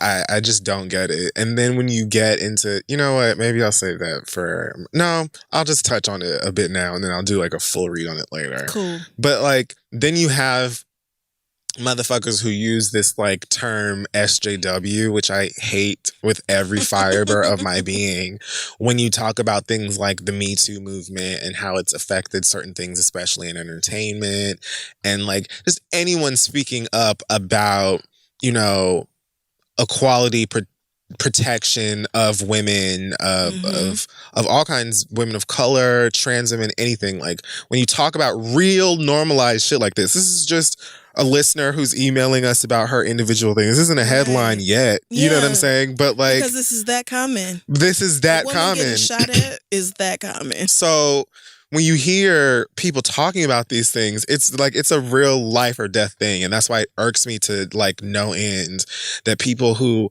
are ignorant, and like, look, everybody's ignorant. Like you said before, like everybody is ignorant to some degree, just by definition of the word. Of course. You can't know everything. But there's like this like desire to remain in your ignorance, your blissful ignorance, if that is what it is, at the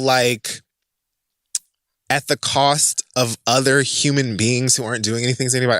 I don't get it. But yeah. Woo, that nigga gotta go. And so I would just be more concerned about telling her once she was in a place where she wouldn't blame me for his actions, because I think that's where she's at right now. Yeah, I definitely agree. She'd probably be like, you don't understand. He's been through a lot. And like, girl, I don't. Because she's not thinking clearly. She's not thinking clearly. So hopefully she can get back on that therapy bandwagon. You know, she can continue to make progress. But at some point, I really need sis to understand that a nigga threatening your life does not deserve your grace at all. Like, that's really just the end of that. And honestly, her coming to that understanding is leaps and bounds more important than her knowing who got this nigga locked up. Absolutely, because it don't matter. The fact is that he shot at her. Any fucking body could have told. It don't. Really there matter. You go. It don't matter. There you go. It don't matter. What matters is that she gets to a point where she doesn't feel like this nigga needs to be protected more than she does, and hopefully he he's probably actually not even going to stay in jail that long. But Yeah, hopefully probably he not. leaves her the fuck alone when he gets out. 'Cause Hopefully. he may just be... Anyway, I don't It's envy another the thing, you shit gotta you about to go through. Try and get this chick to get a restraining order or something. Like, and niggas don't care. Like, you could tell a nigga, leave me alone. You can block his number and all that. They will call private all fucking day and bother your line. And we're not talking about some like movie theater, like one psycho nigga who's just obsessed. No, this is like a common thing.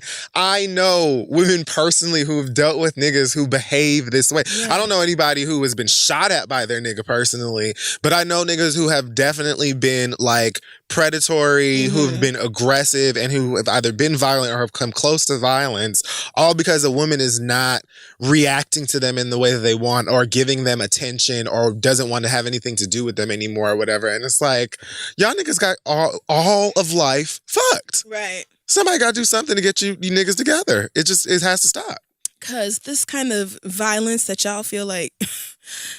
like you really feel this kind of ownership towards women, and that's your woman, or shit was supposed to go differently, so you feel like you can react violently to that. It's just not okay. So, it trickles right down to niggas catcalling in the street and you not responding, and then all of a sudden you're every form of a bitch. Exactly.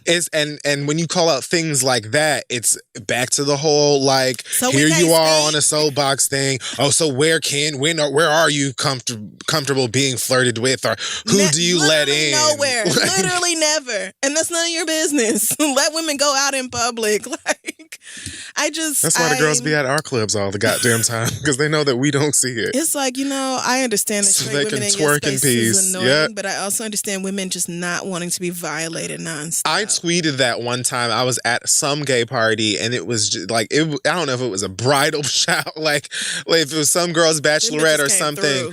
It was like a whole group of these white girls in the club, and I think I tweeted something along the lines of like, shout out to all the straight girls who be coming to the gay functions because you know that you can shake your ass in peace. Like, you don't have to worry about. And a lot of people, like especially like queer people, were like, no, they need to find somewhere else to do that. And I was like, I understand. Hey, guys, I get it as well. Guys, hear me out.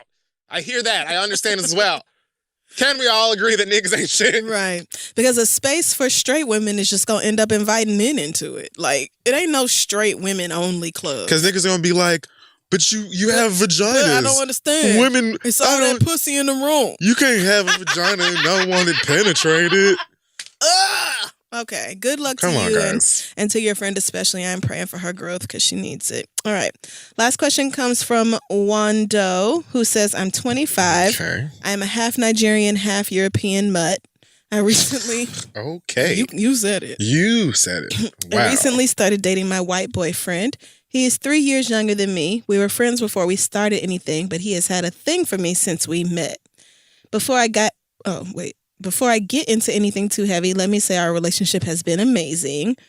He's so supportive, understanding, and he fully embraces my blackness without overstepping boundaries. Except, to top it off, the sex is amazing. Of course it is. What else? Let me tell you, he has been nicknamed Pete Davidson for a reason. Ew, what? What the fuck does that have to do with anything? That big dick energy thing, remember? The Ariana Pete Davidson thing?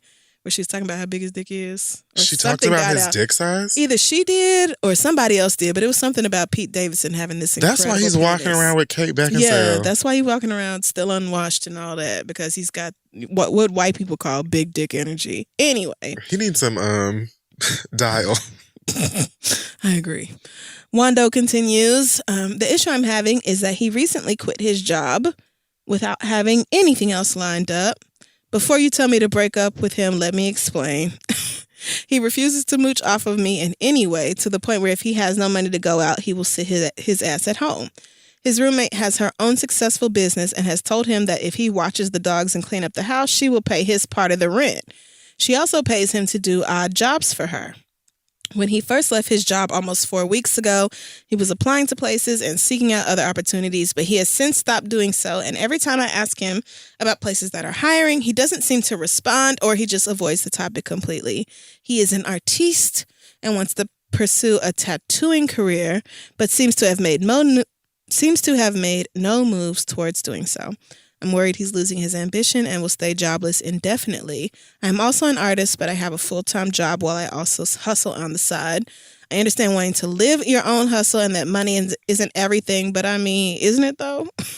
My question is, do you have any advice on a healthy way I can approach the situation without badgering him or sounding like I'm giving him an ultimatum? I don't want to break up with him over this, but not having a reliable income makes it hard to be with somebody. I want to go out with my man and go on trips, but if he doesn't have his half, I don't see how that's possible. Love you guys. Thanks so much, Wando. P.S. He does clip his toenails. Jesus. The fact that y'all had to brag about your man clipping his toenails. The fact that you have to check.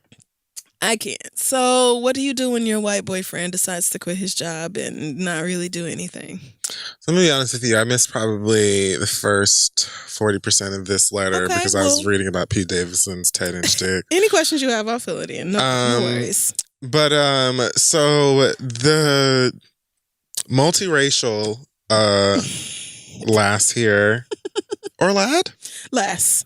Is dating her white boyfriend. Mm-hmm. This nigga is now jobless and doesn't feel like getting up off of his BDE.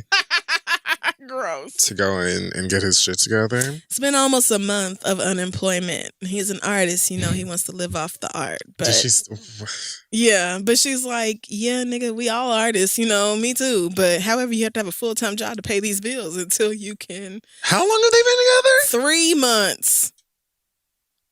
They're paying rent together? No, he lives with, you really didn't listen. He lives with a woman who has her own business.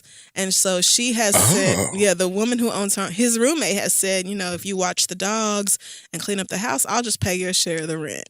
And she pays him to do odd jobs for her. Odd jobs, okay? Like popping into that pussy. Wow. Did you see that video of Sophie Turner? No, I didn't. She posted that on her. She posted that on her Instagram stories the other day after the episode of Game of Thrones aired, and I screamed. Oh wow! I know you have to watch it. It's okay. So anyway, this is not Wando's issue. So yes. She doesn't want to break up with him. Everything else is great, but he doesn't have a reliable income. He won't go out. It's been a month. They can't go on trips. You've been dating for 3 months. It's been a month unemployed for of this nigga not time. having a job. Right. I mean, just don't break up with him. Like, I don't know what. Let me tell you something. She doesn't want to sound like she's badgering him or giving him an ultimatum. Then fucking don't. Like, what? You don't tell her. So if your like way of life is not affected by whether or not this nigga has a job, I guess aside from where y'all can go on a date or not or whatever, trips and shit, then you dating this nigga for 3 solid months who just he's been unemployed for 1 month. Yeah. Let me tell you something, honey. It's a couple of people who could probably write into this motherfucker and be like, let me tell you one goddamn thing about William, okay? That nigga hasn't seen a check in like 3 solid years. I don't know how you. And I'm still here with him. Okay. I ain't got time for that. Lactating for these goddamn kids and all. Nope.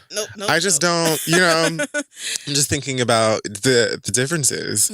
I don't know how well he's doing well. I feel for you because it's the sort of situation where he could find another job almost immediately. Like, you never know. Any day now he could get another job. Maybe. But her issue is that like he doesn't seem to really be energetic about it. Like he's not like out there beating the pavement trying to find another job, I guess. And why don't you just let him beat your pavement and worry about you and just have fun until you don't want to have fun? It's so early. You acting like this nigga ain't worked out. You acting like this is acrimony and this nigga's trying to build a battery. Don't do this. Don't do this. What a shit film. What an absolutely shit movie. But she might blink and 30 years have gone by and she is acrimony. There you go. You gotta avoid ending up like acrimony. But man. I mean, you're looking at the signs real early on, which I think is probably a good thing. I say, if this nigga is so great and he's dicking you down and he draws pictures of flowers with your face in them and whatever else, then, give him some grace. Stick it out with him. Encourage him on whatever his little artsiness is. Mm-hmm. Be reasonable with him in terms of the time frame of all of that. Right. I mean, and then when it gets like excessive, maybe you could be, hey, so you know, what you gonna do about a job though? Blankety blank is hiring. They need people to stock boxes or blah blah blah. Yeah, I mean, I'm glad he's not asking you for money. I feel like that's most important, that you don't give There you him go. one dime. That matters a lot. It does. And also, like, this is Taraji and Acrimony gave him $1 million. You're 25, he's 22.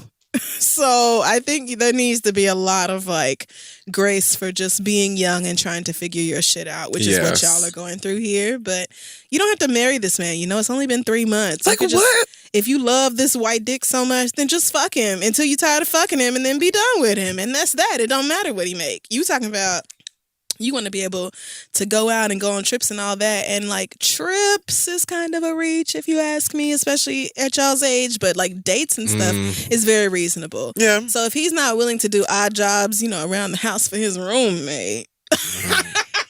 You might be worried about the wrong Well, thing. you might be, girl. She talking about she'll pay his half of the rent if he watched the dogs. If he watches the goddamn dogs, that's all I got to do for a place to live. I feel like you need to investigate that a little bit further because something over there don't smell right. Pop up there like Taraji popped up on that boat. Just like, oh, hello. I just wanted to know what odd jobs we was doing today. Me and you together at this house with this woman. Where's she at? Like, that's really, I feel like that's probably where your attention is better served. But, you know, you're too young to stress about this. If he still doesn't, you know, if it's been 2 or 3 months and he still ain't working, and at that point it's been, you know, as many months without working as with working in your relationship, then be like, look, I'm not trying to waste my time with somebody who ain't going to work. I feel like this was a storyline for Lynn on Girlfriends. This do sound like some Lynn shit. Lynn was constantly... This so sounds like Lynn.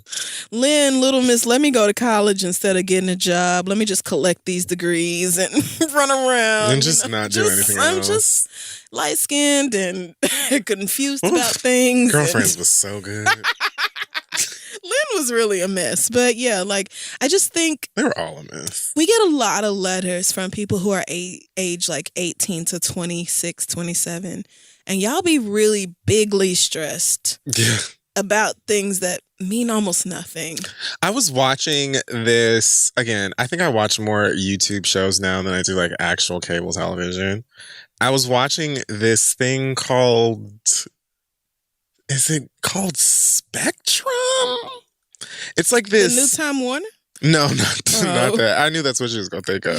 You're right. No, it's a show that is called Spectrum, and it's on a channel called Jubilee, but basically they have like different people from like the same group or culture who will like stand in this, like, it's almost like it's like a small warehouse, and they have these lines that stand for like somewhat agree, somewhat disagree, agree, strongly agree, Yeah. And then someone off camera like says a statement to them, and then each of them goes and stands where they, you know, how they feel like they answer, and then they discuss it. And then it's like, do all black people think the same? There's one that says, do all women think the same? Do all men think the same?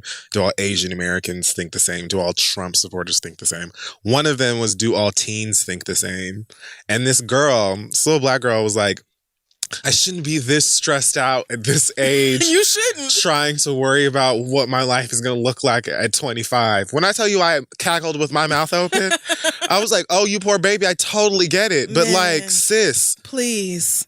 Girl, you God willing, you will be at 25, just running around here, not really knowing shit, hanging out, so young, having a good time. Like, isn't that age around the time your brain is finally done developing? Like, give yourself some time. It was for me anyway. So much of my early 20s is a blur. And I mean, to be honest, my mid 20s as well. A lot of it is a blur. I think 26 into 27 was the moment for me when I was like, oh, adulthood. Like I'm still trying to, it's kind of garbage, navigate that vehicle. But there are much more important issues to be stressed out about. Whether your white boyfriend of 3 months is going to get a job is not one of them. Yeah, but a lot of young people are used to hearing you got to be this, you got to get ready for all of that time on social media, like, social media is setting a lot of unrealistic expectations for these kids. It is. Yeah, and nobody's really. I don't know how many people are really sitting down, like adults sitting down with young people and saying to them, like, okay, girl, so this shit ain't really gonna kick into gear until like around here. Right. This is what you do in your 20s. Don't be just like a slovenly, disgusting, like ingrate. But don't think that you need to. Yes, much like myself. Don't follow my example. But also don't think that you need to have like your picket fence picked out and 7 degrees and, you know, husband, wife, child, dog. Like, that's just not how it works. Yes. And you may not need or want any of those things ever in your life. Yeah. God willing, he gives you a long one. You may not. You may hit 26, really 25 and be like, oh, so hate niggas or hate women. Children are gross. I'm going to get me a nice little bird. And I'm going to chill. And I'm fine. A fire stick. Like Polly and I'm fine. On Phoenix Wright. Polly was giving out all the clues, nigga. That bitch was spilling all the tea, ho. When I was like maybe late teens, like going into my 20s, my brother was like a young teenager. He got a bird. He got like a cockatiel. Mm-hmm. Did you hate it? Oh, God. I feel like he didn't get rid of the bird after a while just to spite me. Yeah. Like, because I think that I was probably the first person, and maybe the only one, to, like, passionately demand that the bird be removed from the home. I think after a while, the bird started to get on his nerves, too. But he was just like, I'm not giving that bitch the satisfaction. Right. Oh, God, just endless fucking noise. Beautiful creature, beautiful, but did not belong at home at all. I just want you young people to stop worrying about whatever it is you think matters so fucking much, because it probably does not. Girl, look, if anything else, or if nothing else, look at the adults. Yeah. Period. You see how trash they are? That's the tweet. Just look at the administration. Here you go. What's going on? Look at these white people lying to us right in front of our salad every fucking day. Every day, girl. Look at these 70-some-odd-year-old white folk. Acting a fool. Okay. 60-some-odd years lying ahead to our of you. Faces. The president. Far dumber than you. The president committed, I think it was 10 felonies that were uncovered in this investigation. And that's only in the redacted version of the report. That's not even including the 14 cases that were assigned to other, like, criminal jurisdictions or whatever. Girl, like, just look at the people who have achieved so much and are in the highest positions in this country and how much of a hot fucking mess they are. And you will realize that your life is just fine. And being stressed out about some white boy with great dick and no job is, like, utterly pointless. Sweetie. He's 22 years old, girl. In a smooth 5-6 years, you're going to look back at this situation with this nigga or without this nigga and be like, damn, that was fucking stupid. Remember that time I was stressed out over a white boy and then you and your friends are going to cry? Like at brunch, fully cackling at yesteryear. That's just how it works out. It is, and I want that for you. So, you know, good luck to you and all the other young people struggling with transitioning into adulthood, because it is hard. But y'all are worried about a lot of the wrong shit. It's and definitely check out that thing I mentioned. It was good. I like watched those videos back to back. Which thing? The spectrum thing I talked about. Oh, right. There was one that was I do want to see that. Do all Christians think the same? I mean, there's no... All of everybody don't think the same. As soon as you say does all blank, the answer is automatically no. Yeah, no. I mean, I think that's like obvious or whatever, but it's more so just to have like the conversation Spark and to discussion. see people discuss it and stuff like that. And I think they do like a whole bunch of other shows that are similar or whatever. But girl, some of these shits were so good. The do all women one was so good, and the do all Christian one got spicy. And of course, do all Trump supporters made my ass itch. Because you know, homegirl who won the Make America Great Again dress to the Grammys or wherever she went. Black bitch. She was on there looking and acting and sounding a fool, of She's course. A dumbass. Along with a whole bunch of it was just. Did you see her build the wall dress? It had like a fence on it or whatever. She's like, an idiot. Stop. Like a hardcore dumbass. Bitch. Yes, a mess. I'm gonna check that out. It sounds good. One of them niggas was like there were like maybe 2 black people in that one. This older black man who I don't even really know if he knows that he's on planet Earth. Oh my God. But he said something like, I don't remember what the question was. It had something to do with race, and he said something like the Black community. Oh, like we all have the same issues, like as just people, Americans, like like there isn't like issues that are specific to the Black community. And homegirl with the wall dress, she gonna say, no, there are like issues that are specific to the Black community or whatever. And then she goes off saying like, inner city violence, voter fraud, or whatever the fuck. So I was like, oh, of course, those are the things that you're going to say. All of the horrible things that like y'all are doing, right? That you're trained to think she's absolutely a Republican. Like, that woman is not on niggas' side. She was so excited to say that America should build the wall and do all this other fucking stuff. Like, all right, girl. Anyway, this is interesting shit to watch. Whatever. All right. Good luck to you and everyone else who is young and struggling. Send your questions to asktheread@gmail.com. We will be right back. All right, y'all. So it's warming up out here. That means that, the pieces are about to be out here in these streets. And if you are trying to be out here and choose or get chosen, you might want to turn around and flash your teeth, do a little flirty smile. And you want for your teeth to be looking right and tight and white. Okay. So in order to do that, you should get hip to Quip. Quip is a better electric toothbrush that gets created by dentists and designers. Quip is great. It was designed to make brushing your teeth more simple and affordable and even enjoyable. It's got sensitive sonic vibrations. It's gentle on your gums. And the built-in 2-minute timer pulses every 30 seconds to remind you when to switch sides and guide you to a full and even clean. In case no one taught you how to brush your teeth ever in your life. You don't have to be ashamed of it. Quip's got your back. You know what I'm saying? Better yet, Quip doesn't require a big clunky charger or a whole bunch of madness for you to have to worry about carrying around with it. It comes with a multi-use cover that mounts to your mirror for less cluttered sink space, which is quite important to many of us, including myself. And this is why Quip is one of the first electric toothbrushes that's been accepted by the American Dental Association. It's just great.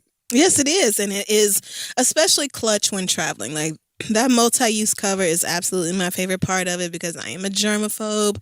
I'm very serious about random things getting onto my toothbrush or anything else that goes in or near my body. So it's just so dope. And not to mention the fact that you can get them brushes replaced like on a regular schedule. So you're not brushing your teeth 6 months later with something that's nasty and been needed to be replaced. Quip is just so dope for that. That's why they're backed by over 20,000 dental professionals. It starts at just $25.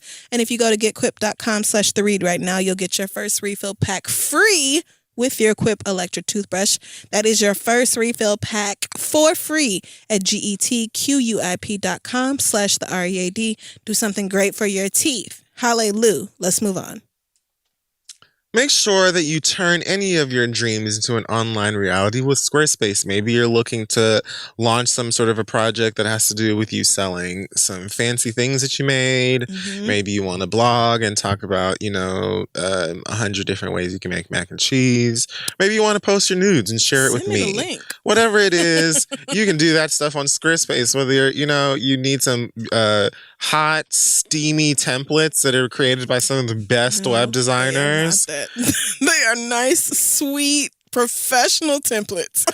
And you can customize pretty much anything about them with just a few clicks. It doesn't require a whole lot of effort at all. Okay? Squarespace has got a powerful e-commerce functionality, so you can sell your things online with its help. And it's got analytics that will help you grow your site and learn more about it all in real time. And for those of you who have ever tried to make a mobile version of your website before from scratch, you probably know the hell that is that. You don't have to worry about that with Squarespace because everything's optimized for mobile right out of the box, and there's nothing that you ever have to patch or upgrade ever. It doesn't get easier. You can buy domains quite simply, and you'll get the help that you need with Squarespace's 24/7 award-winning customer support. They empower millions of people over at Squarespace of all kinds of occupations and hobbies and sexy things. So turn your great ideas into something real. Yeah, and bloggers as well. Remember back in the day when we used to have to install our own, mobile ready. The worst days of my life. All of that stuff, you used to have to do it all yourself. I hated Coding it. And all that, you had to figure it out. Hated it. Squarespace makes everything so much easier. So head to squarespace.com/read for a free trial. When you're ready to launch your site, use offer code READ to save 10% off your first purchase of a website or a domain. That's squarespace.com/read, offer code READ. Build something incredible with Squarespace and the Read. Now let's wrap up this show. Okay, so it's time now for the read. It is. You can go first. Okay, great. My read this week is directed to Carlotta Brown.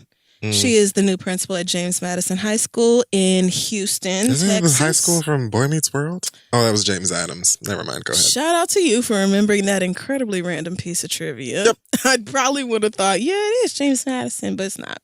Anyway, Carlotta Brown has implemented a new dress code for parents. They will be turned away from the school if they show up wearing bonnets, pajamas, rollers, leggings. What? There's a whole list of things that parents are no longer allowed to wear when they come pick up their kids from this school. This principal is fairly new. I believe she implemented this same set of rules at an elementary or a middle school that she also worked at. It turned into an issue this time because woman... So when I saw this story on Twitter earlier, people were like reacting to it. And my question was, why is it that what a parent wears to like drop off or pick up their kids at high school matters at all? I would love to know. My mama literally did not go inside that high school after the first day. For what? For what? Like at this point, you are 15, 16, 17 years old. You can figure it the fuck out. It's not elementary school, and mama is not coming here and walking to your class every day.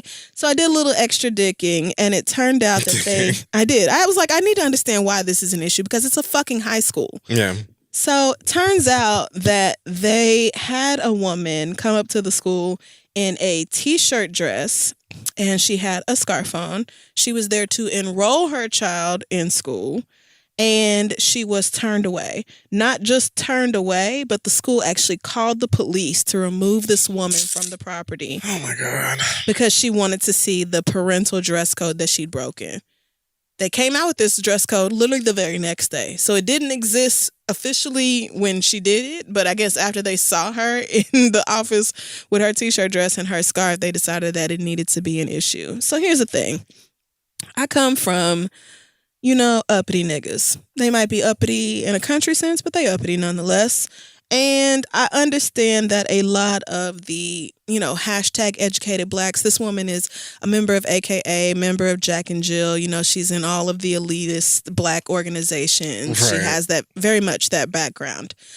I am not surprised when black people who consider themselves to have risen up out of the ghetto decide to turn their noses up at people who they perceive to still be in the ghetto. It happens all the time. And, I would venture to say that most people I know consider it inappropriate to go out into the world in a bonnet, scarf, whatever else, rollers, house shoes, etc. I concur, mostly. The reason I don't wear a bonnet every day is because I don't want to be judged, and also because I know it looks like I'm, probably deathly ill or whatever else. Like, when I see people in bonnets in public, I assume something went very wrong that day, and they're just trying to get shit done and get back to the house or whatever else. Like, I just assume most people don't deliberately go out and, like, get important things done in a state of half dress or undress or whatever else. But none of that matters, because my point is... it don't matter how you feel about t-shirt dresses or house shoes or scarves or bonnets. The fact of the matter is that no one should be banned from enrolling their child in a public school because you don't like what they have on. Point blank, period. It don't matter if you say, well, you would never wear that to a job. You would never wear that on a date. You would never wear that, blah, blah, blah, whatever. But I'm not here to... It don't matter, bitch. It do not matter, ho. You know why? Because how you feel about what I have on does not mean that my child doesn't deserve a quality education. You can feel however you want to about it. You could set up... in the office, get on y'all's G-chat. All the secretaries is clowning this bitch who came up to the school looking all raggedy, and y'all all laughing about it after she leave. You could say or feel however you want to feel about it, but this woman's child should not be barred from going to school because some uppity nigga don't like the way she's dressed. That is absolutely fucking absurd. And then to call the police on a black mother for trying to enroll her baby in school. Are you bitches out of your fucking mind? Is it not always, how come more parents ain't involved? How come these hood rats don't want to come up here and see about their kids? How come y'all skip parent-teacher conferences? How come y'all never buy Kleenex for the class? How come this and that and every goddamn thing? This woman is actually making an effort to make sure her child gets their education, and y'all mad because she's not dressed in the way you like. Bitch, it don't matter if she's dressed in the way you like, because you ain't no fucking body. This is a public school funded by taxpayers' dollars. And therefore, if I want to walk up in that bitch in an Old Navy tank top and some booty shorts, that's going to be what the fuck. Okay, maybe not booty shorts. Yeah. But, I agree that, stuff that is showing the ass or the genitals does not have a place in school.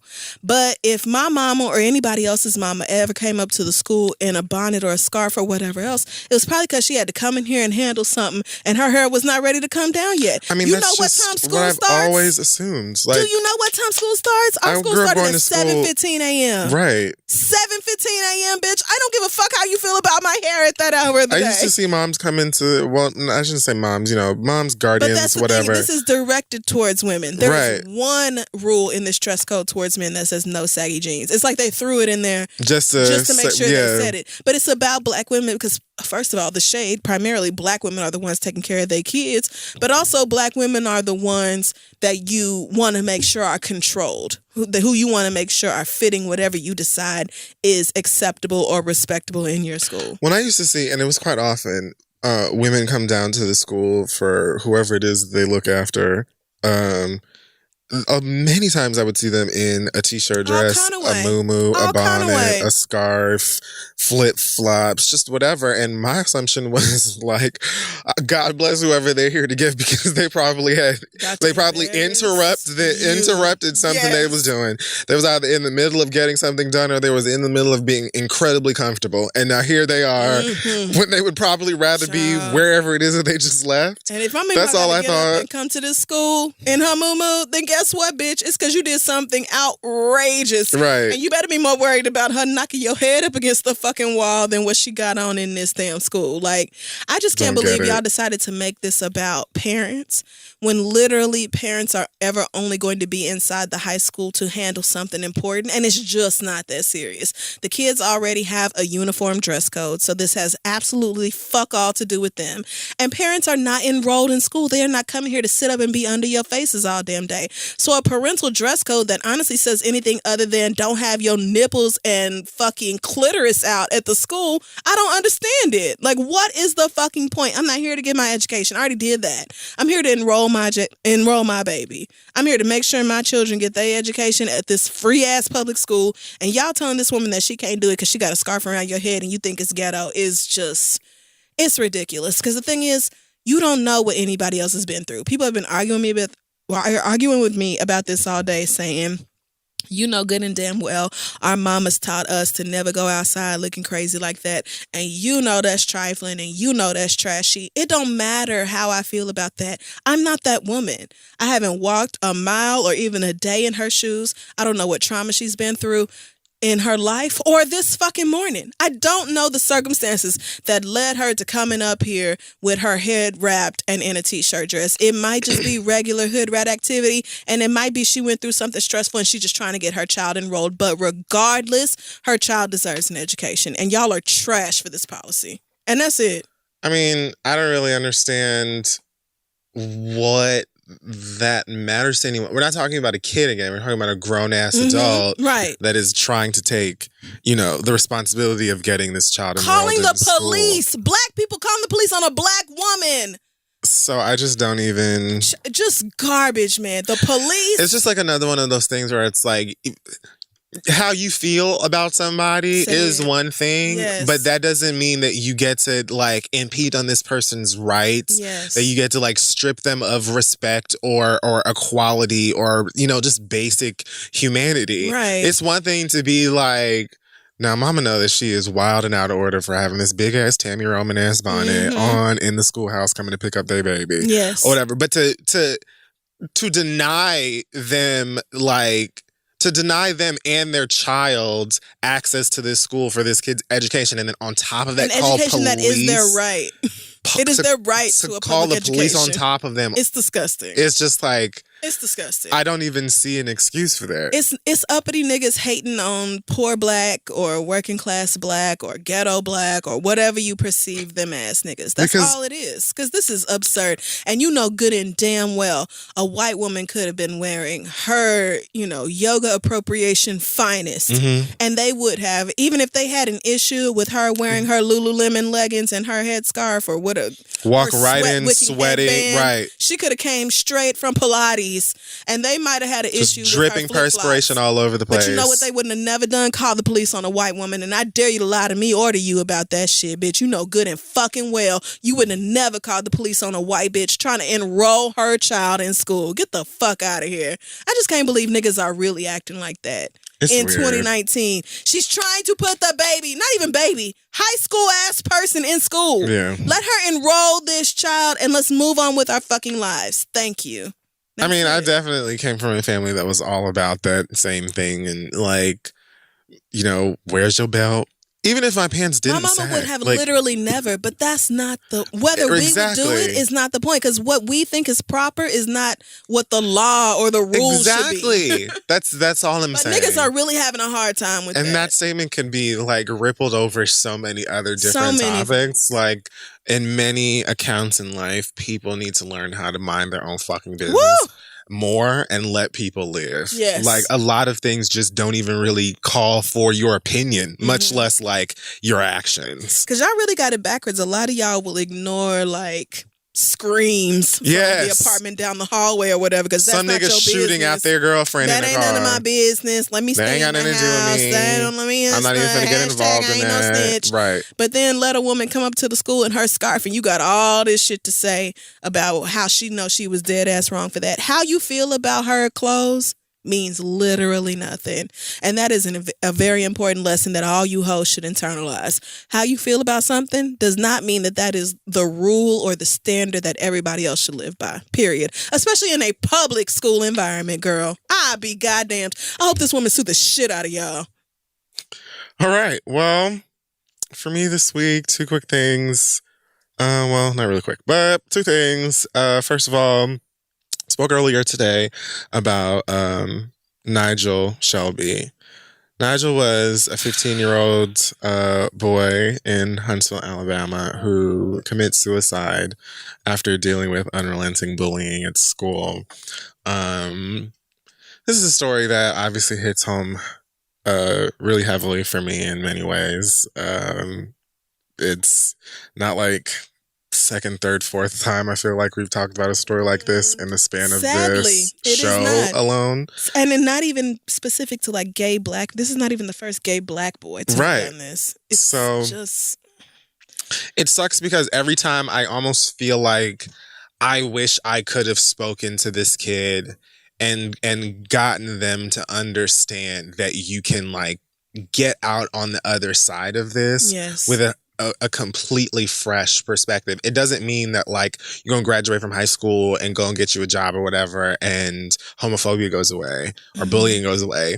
But there's another thing that I sort of flashed me back to when I watched that dude think teens think the same thing is just this mindset, the pressure that is on you when you're a teenager is intense in a lot of ways. And when you're older, you look at these kids and you're just you ain't got shit to motherfucking complain about. And in many accounts, they don't understand how easy they have it. I wish I could go back to 16. Hello? And be like, girl, do you understand? 16-year-old me with 31-year-old me's mindset would change the game. I would be Marseille Martin.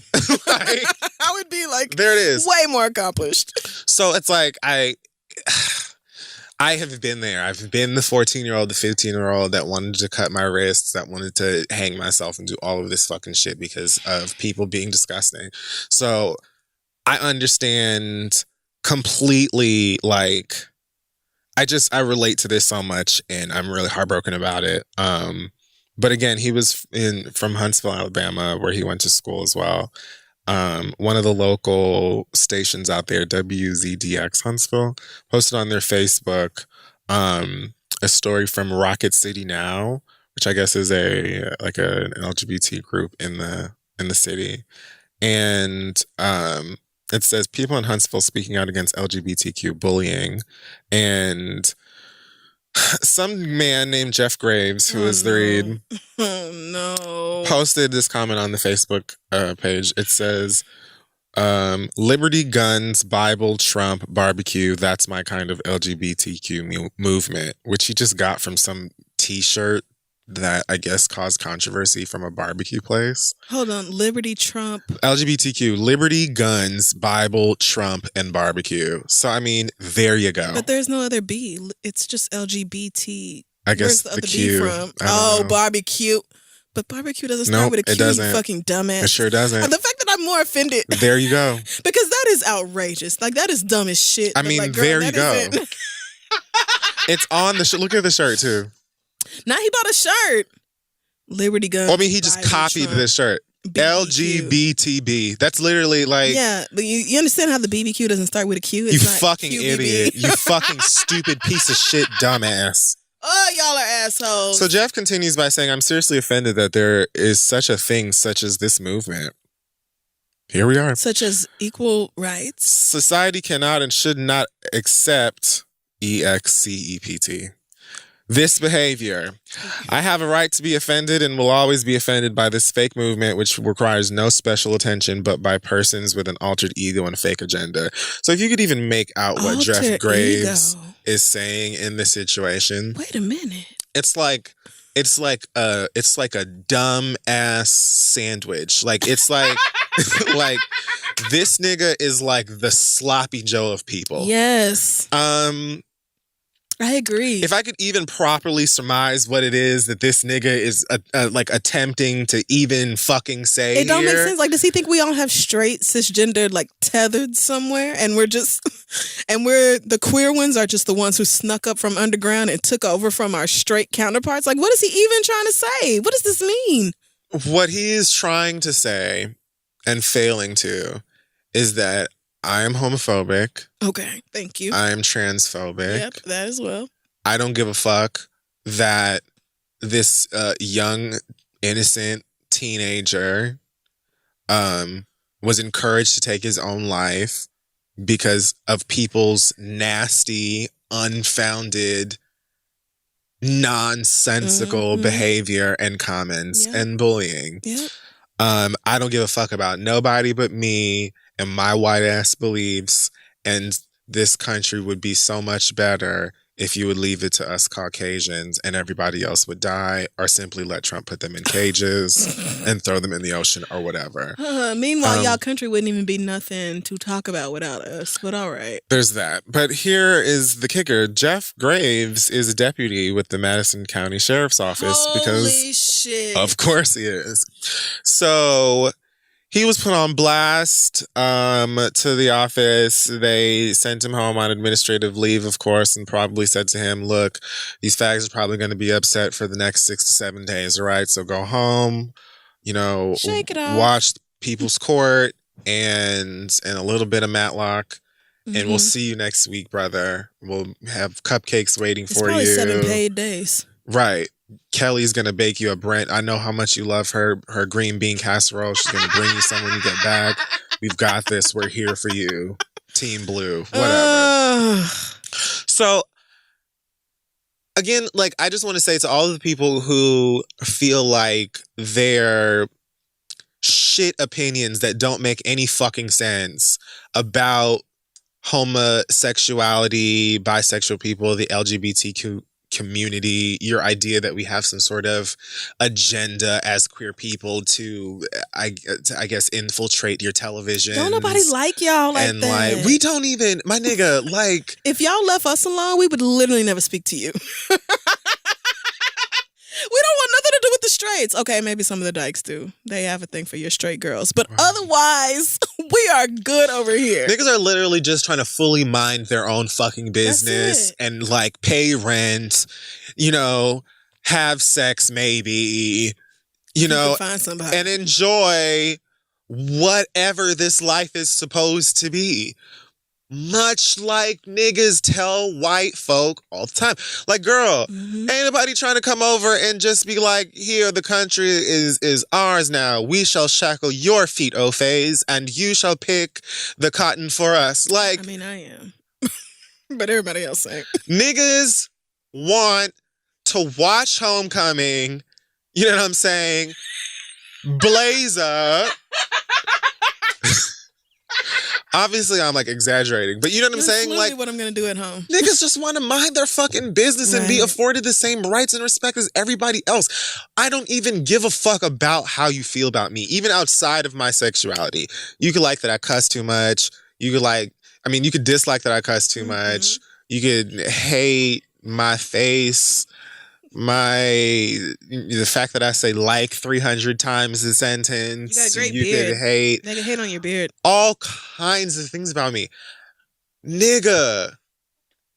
And like I still have to make this motherfucking rent. Like many of you also have to. The problem is y'all be thinking that your little comments and your, oh, it's just my opinion and, oh, but the Bible says, all of these comments, you feel like, oh, well, it's just your right and you have the right to disagree with it or to be offended by it. And then you send your little ashy ass, knuckle dragging ass bastards into the world to go and torment these kids who may not even really have a fully sensed or fully formed idea of what sexuality is, what their sexuality is, how their queerness even works or whatever. And they got to deal with your ignorant ass kids that feel like their ignorance is okay because you just as ignorant, you stupid fucking worthless bitch. Yes. I'm so tired of you niggas feeling like you can be passive aggressive in your homophobia, your transphobia, and any other form of hatred, and you're not, doing anything or whatever because it's just your opinion. No, nigga, like I've said this a million times, this is really life and death for people because motherfuckers who go out and take these opinions and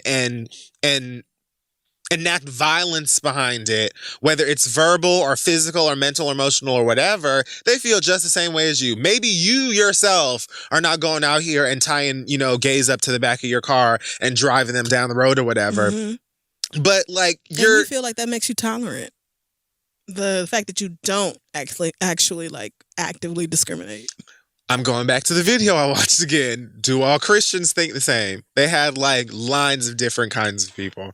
There was a black boy who I don't remember if he said he was gay or bi or how he identified. And then a girl who looked like she may have been Asian and she just identified as queer.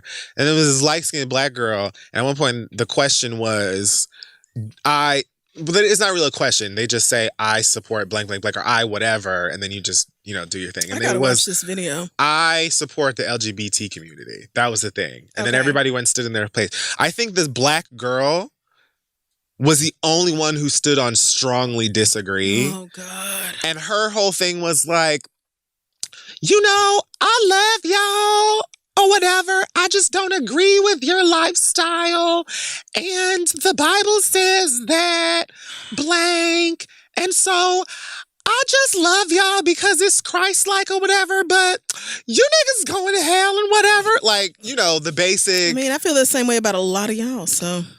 I have had actual women, and the girl who identified as queer said, I have been hurt more by those kinds of comments than just over and outward homophobia. Yep. Because I can almost handle someone just being hateful to me because of who I am. But it's almost like you are saying, oh, I believe in God like you believe in God, but he hates you, right? And when you grow up hearing that, anyway, I know so many people, especially women, who love the gays all the livelong day. Love the livelong day. Love the slang, the memes, the gifs, just the keys and being able to go out to the club and twerk on us and not feel like that means that you have to go home with us and all of this other type of stuff. And we just sitting here cackling with you and having a good time. And then a year deep into our little connection, I find out that low-key, you already condemned me. Yeah. So it's like real. When you perpetuate that thought process, all I'm saying is stories like this Nigel Shelby are going to continue to happen. And at some point you just have to accept them that you don't give a fuck about these kids killing themselves because they're gay. And then maybe you even feel like they're better off being dead. Just don't dance around that. Is all I'm saying. Like, don't dance around that because here you got a nigga who can barely read, write, or whatever it is, this Jeff Graves person, and he's an actual officer of the law. Well, it is Huntsville, Alabama. Oh, well. So probably all you got to be is white. But goddamn, dog. This is the kind of thing. Mind your business. Yes. Like, I feel like some forms of homophobia are so casual that people just accept them. This is part of what we was talking about when the Nipsey Hussle thing came out, because a lot of people are like, you know, they group homosexuality in with like whatever other they feel like is an undesirable characteristic. And I just want people to get to the point where they don't automatically view gay people as being something wrong. And that's another thing that the black girl said you just reminded me of in that same video. She eventually ended it by saying something like, you know, she equated it to pedophilia, as many people do. And the gay boy was like, girl, now. He was like, now you know those are not even almost the same thing. And even other people were like, who didn't identify as gay or anything, were like, girl, well, no. And she sort of had to like stay there and try to stand in whatever she claims her faith to be, while dealing with all of these people, even some who also didn't really agree with it, looking at her like, you sound like a whole ass fucking entire idiot. Does. So I just, like, my nigga, there's so many things that I don't understand about different types of people, cultures that I'm not a part of, and things like that. And for the most part, I have the desire to learn or to get some sort of an understanding. But just like at the very least, there has to be at some point, again, where we just have respect for other human beings, especially people who for like centuries have been saying, y'all are killing us. It would be so great now if you could tighten shit up. It's like, yeah. I don't know if we just come into the world thinking that it's a common thing for human beings to want to have like a world of peace or whatever, but I that's just not a real thing. Some people don't want a world where we can all coexist. They want the world that they want. And for many people, it doesn't include specific kinds of others. And it doesn't matter how wrong they are. It doesn't matter how much science proves that you ignorant as fuck or you don't know what the fuck you're talking about. It doesn't matter how many other people can say from experience that you're wrong as fuck. They're going to stick to how fucking ignorant they are because that's who they are. And they don't have any interest in ever being anything different. So it's just like, you know, this casual kind of homophobia, quote unquote casual, is killing our kids. Rest in peace. And I mean, if you don't give a shit, that's your business or whatever. That's a 15-year-old child. Like, to feel at 15 that there is no point left in life and to know that so much of this comes from ignorant ass adults who have influenced their kids to also be ignorant as fuck is just. I'll be so glad when y'all wake up and decide to start being hateful. If you don't want to take the time to actually learn things, like take the time to actually digest the things that people are saying to you and put it into action, at the least take your ignorance and instead of pushing that out into the atmosphere, push out for yourself and for the people that are coming up behind you, just respect for the common person out there. Doesn't mean that you have to go out here and be giving away free hugs or passing out sunflowers to every person in the street. Nope. It simply, in my opinion, means minding your motherfucking business and having respect for human life. Yep, I agree. And I just don't know why that's so difficult for so many people. Mm-hmm. But especially because the very same Bible you use to condemn us has also condemned you. The very same Bible. I mean, don't tell them the truth. But you don't ever care about those parts. Don't tell them the truth. The same niggas who are homophobic as hell be having 3 kids by 4 different bitches and don't see no issue with calling out nobody else. So I just wish y'all would focus more on the live and let live, love and be loved side of things as opposed to the acting like you got a heaven or hell to put somebody inside of things. But whatever. Y'all gonna do you. All right. Well, I mean, is that it? I was gonna pass the read. Maybe I'll save it for next week. Yeah, save it. We're already over 2 hours. Because it's pretty long and it's a good one, so I don't want to Yeah, let's give her all of her attention. Is it? I'm assuming it's a she, but it may not be. It's a woman. Yes. Okay. Well, do you want to save it, or do you just really want to do it right now? I'm just gonna read it. Okay. Okay, so this comes from Alice. She says, it's long, I'm sorry. It says, Dear Kid Fury and Chris. I'm finna fix another drink then. I'm pretty sure you're going to get a lot of stories on this, but I just needed to vent a little bit on the situation going on at Howard right now. Oh, God. A couple of days ago, a video circulated all through social media discussing the complaints that the students have been having surrounding this growing issue of whites bringing their dogs on campus and treating the yard as their own personal dog park, which blows my mind. Toward the end of this, well, not really, but toward the end of this video, one of the colonizers had the audacity to part his thin white lips and state that this is our community and that if we have a problem with it, Howard should move. His thin white lips. Excuse me, sir. First, the caucasity and the privilege of this asshole to even say this. Literally, in my mind, I did not realize that white people really feel like they should have so much control over any and everything in this world. Okay, Jordan Woods. I knew it was bad, but damn, I'm kidding. I'm just joking. Second, Howard University has been in Washington, D.C. for over 150 years. How could you think for 1 second that your white ass that has been in this area for a couple years at most has the authority to decide that an institution should just up and leave when you are the ones disrespecting it? There's honestly so much wrong with this entire ideology of white people and gentrification. Yes. The area around Howard University has always been a black community. Facts, it is the Howard community. For decades, the area was deemed as being ghetto or hood or unsafe, but now they remodeled some houses and add some luxury apartments. It's our communities then. Get the entire fuck out of here. Literally. I added the literally.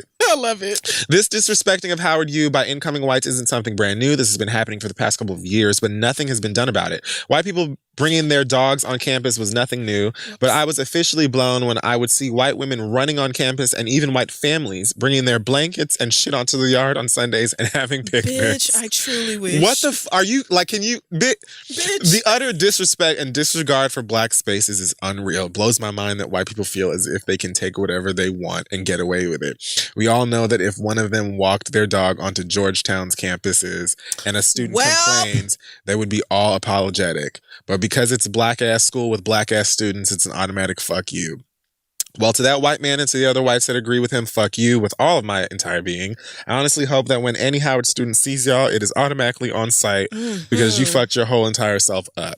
You don't deserve to be in the same area that our school is in. You don't deserve to walk the same pavement of legends such as Thurgood Marshall, Zora Neale Hurston, and Kwame Ture. I hope when you're walking a dog... when you're walking a dog, it sees a squirrel and drags your ass all the way down Georgia Avenue, bitch, because I literally despise you. Yes! Them college campus squirrels ain't nothing to fuck with. Let me tell you something. When Link sees a squirrel, we stop. Like, it's like slow motion for me, and I'm like, no. And this bitch takes off.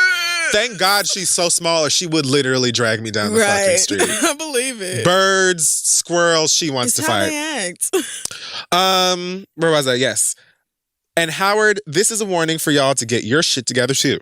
Howard University is a private institution, meaning you can't just let any and everyone onto campus. Amen. Tighten up that security. That's right. And get some signs to let these white people know we are not playing, period, with a T at the end. Build that wall. P.S. Sorry if it's too long and a little all over the place, but I've got all types of emotions going through me. Best, Alice. Alice, we're touching and agreeing. Yeah, I mean, especially after, white people petitioned to have the go-go music not playing outside the T-Mobile no more. And niggas was like, excuse you, go-go is our shit, okay? What, are you don't stupid? have to like it, but it's ours, and we're fucking playing it outside the T-Mobile like we've been doing.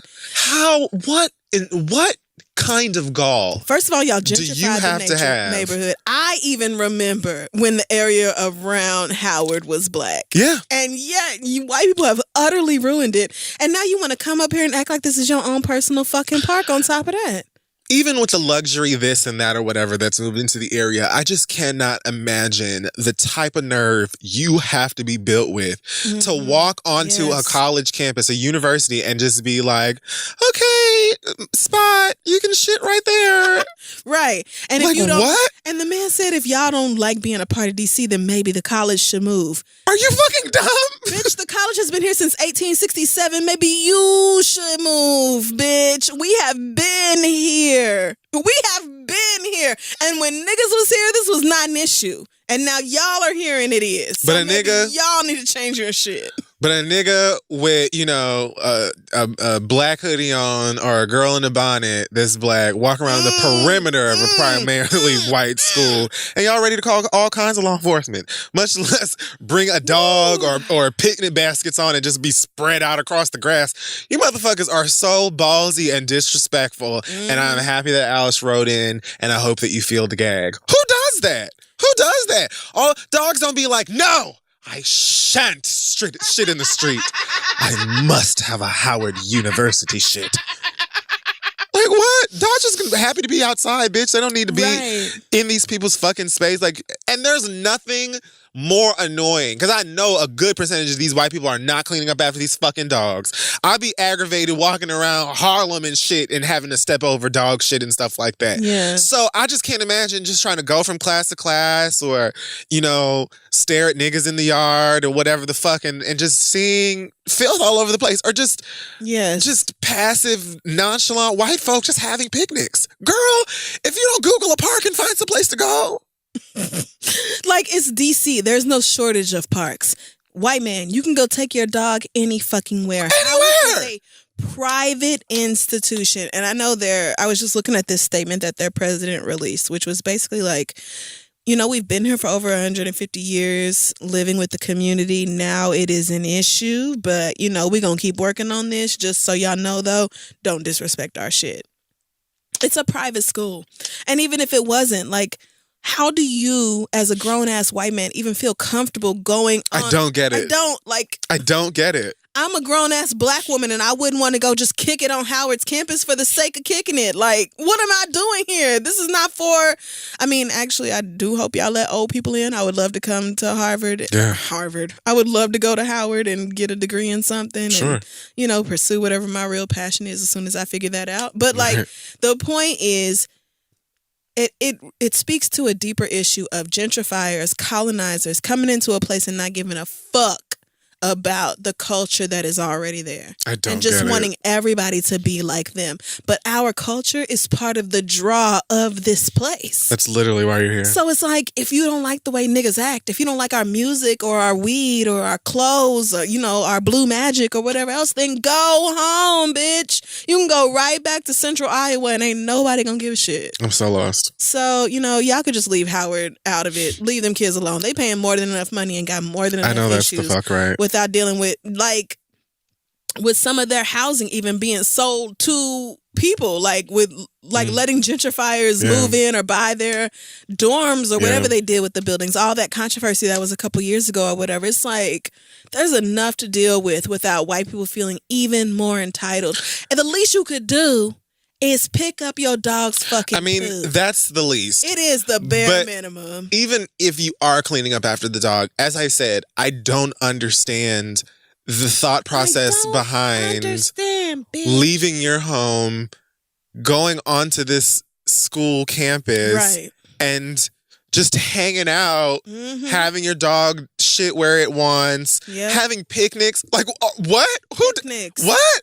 I don't even understand It's basically the choice. Like, I don't understand the choice, but what really blows me is typical white people telling you that you can, if you don't like it, that you can just get leave. out of the fucking community that we have been in. We have been here, though. Forever. Since DC, before your great-grandmama. Like, DC has always been for niggas and politicians, and that's it. And it's like, as soon as white people realize that niggas not as scary as they thought, then they want to move in. They pay cash for houses that, it's like a deal niggas can't say no to.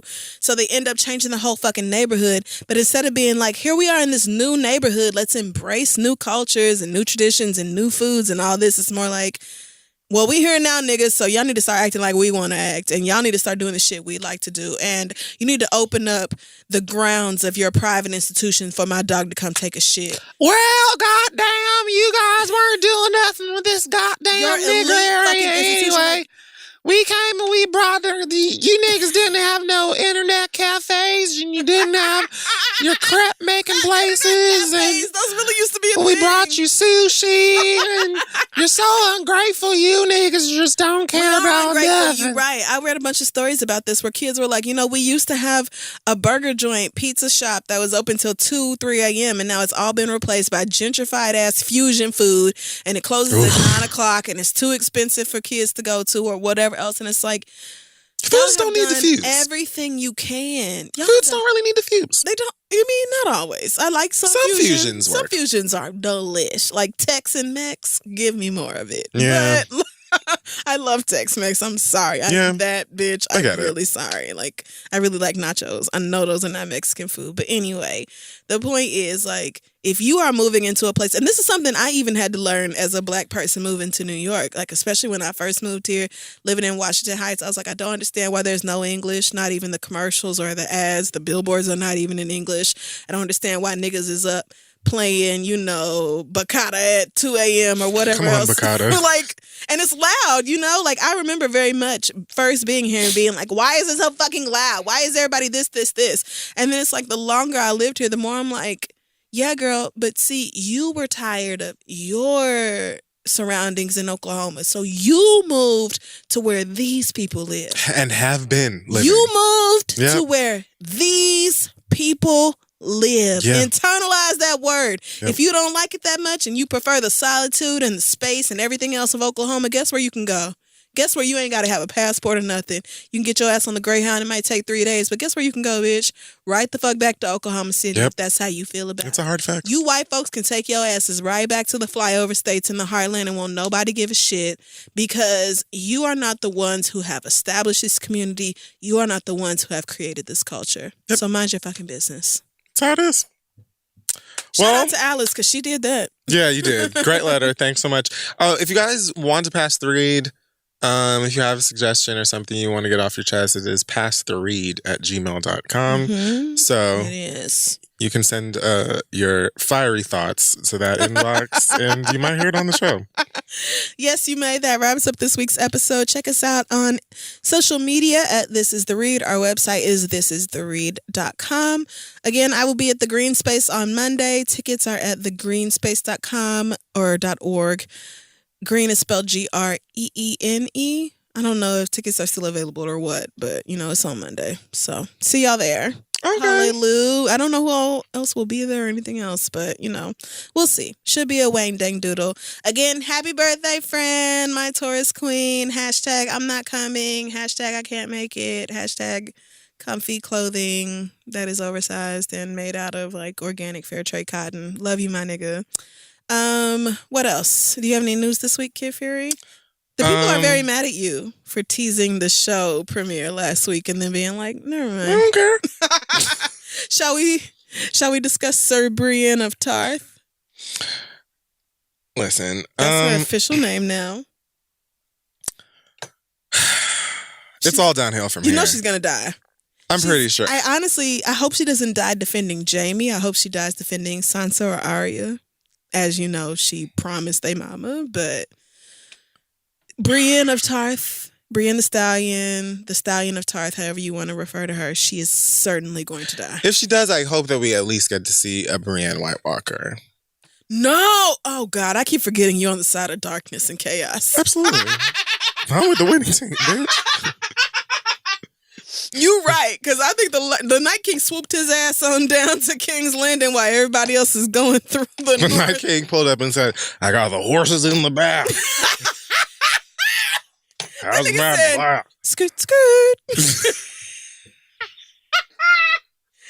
Let me saddle up this dragon and ride my ass on down to King's Landing. And yes, I have seen the Game of Thrones version of this song, and I do of Old Town Road. And yes, I did see that as well. Yes, that was it so is ridiculous. Incredible, and I love the internet so much. But Danny absolutely was so just like we said. John was like, so I just want you to know I'm Aegon Targaryen in real life. Like I just found out. I'm actually your nephew. Hey, what's up? And she's Danny was like, so you mean you would then be the heir to the throne? I mean, I guess technically, I didn't know all this, but I guess I am a Targaryen, and I just got dumped off with my uncle. So what that means is you must die. Daddy was like fully incapable of being like, gross. I slept with my nephew. Like they immediately got cut off and had to go deal with some other shit. So I can't wait to see that pick back up. But she was very much. But she was never even like. She never even brought that up. She was just like, so who's the heir again? Say it again. Nephew dick in my puss. No, didn't care about that. Not nephew. Wow. You're okay. welcome. Well. So yeah, I thought the Brienne moment was incredible, very touching. It actually brought a tear to my eyes, but I know she's gonna die. Oh yeah, I definitely got misty as well. Same with Lyanna Mormont. I know they're gonna kill my bitch, and it just really breaks my heart. I hope it's not she gonna die. Graphic, but Arya's sex scene made me wildly uncomfortable. I was like, not my girl. I had to Google her. That's the scene that Sophie Turner was talking about in her Instagram. I'm sure that's what I guessed. I was so uncomfortable. I was like, wait a minute. How old is this child? Arya told Ginger to take his own pants off. I didn't realize that kid is 22. Oh, yeah. No, Maisie's a grown woman. And I guess like the passage of time, especially with how long the show has been on. Yeah. Because when you look back to the first season, she was actually a child. Yeah. She was. So it's very difficult. How old are you now? To see Arya be like, give me that dick. But she meant it. And I just keep thinking about like old ass medieval Westeros pussy and just musty balls and dingleberries on the dick and everything else. Just I keep thinking about how unwashed everybody was back then. What's that nigga named Gendry? I thought it was Gendry, but it might be Gendry. I know. As soon as he took them fucking, he loved it. Woo! As soon as he took his pants off, as just a warm wind just wafts from them jaws. Dick cheese wafting through the air. Smacks you right in the face. And they're probably just so used to the dick cheese smell that it's not even like it's a wrong thing. She probably took a big, deep inhale. Can you feel the heat on my skin?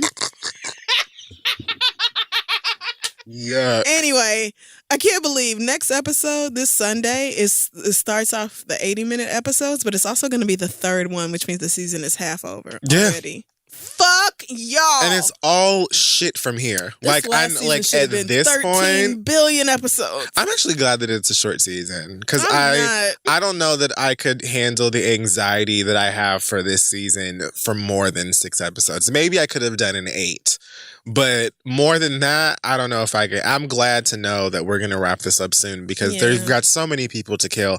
And I really don't think they're going to shy away from any of them. Yeah, most of the cast, to be honest. I'm sure a lot of them will survive just because there are so many characters. I can't imagine how they're going to kill like all of them. But I won't be surprised if they find a way. Brienne is going to die valiantly. Yes, I think that's it. Mm-hmm. There's the word. I think that she will as well. I hope so. I think Grey Worm will die as well. I hope Miss Hyundai don't. Miss Hyundai. I keep wanting to call her Miss Hyundai because that's what it looks like. Wow, but, my word. You know, we will see. We love Game of Thrones very much. Sad to see it end, but, you know, nonstop shenanigans. End of an era. Any news from you before we wrap up the show this week? Not at all. I'm just happy to still be here and be alive. Same. And on that note... Did we do the end of the thing? Oh, wait. So, yeah. My bad. Yes, we are here. That is the end of the show. Facebook, Twitter, Instagram, all that at thisistheread.com. Don't forget to check out ThreadUp, which is the largest online consignment and thrift store offering clothing, shoes, bags, and accessories. Oh, my God. That's what I meant to mention during the mid-roll, bitch. They have so many fucking purses. Like... nice ass, expensive designer purses, way off retail price. So go on to threadup.com/read. They are offering y'all a limited time special offer of 30% off your first order. Again, thredup.com/READ for an extra 30% off today.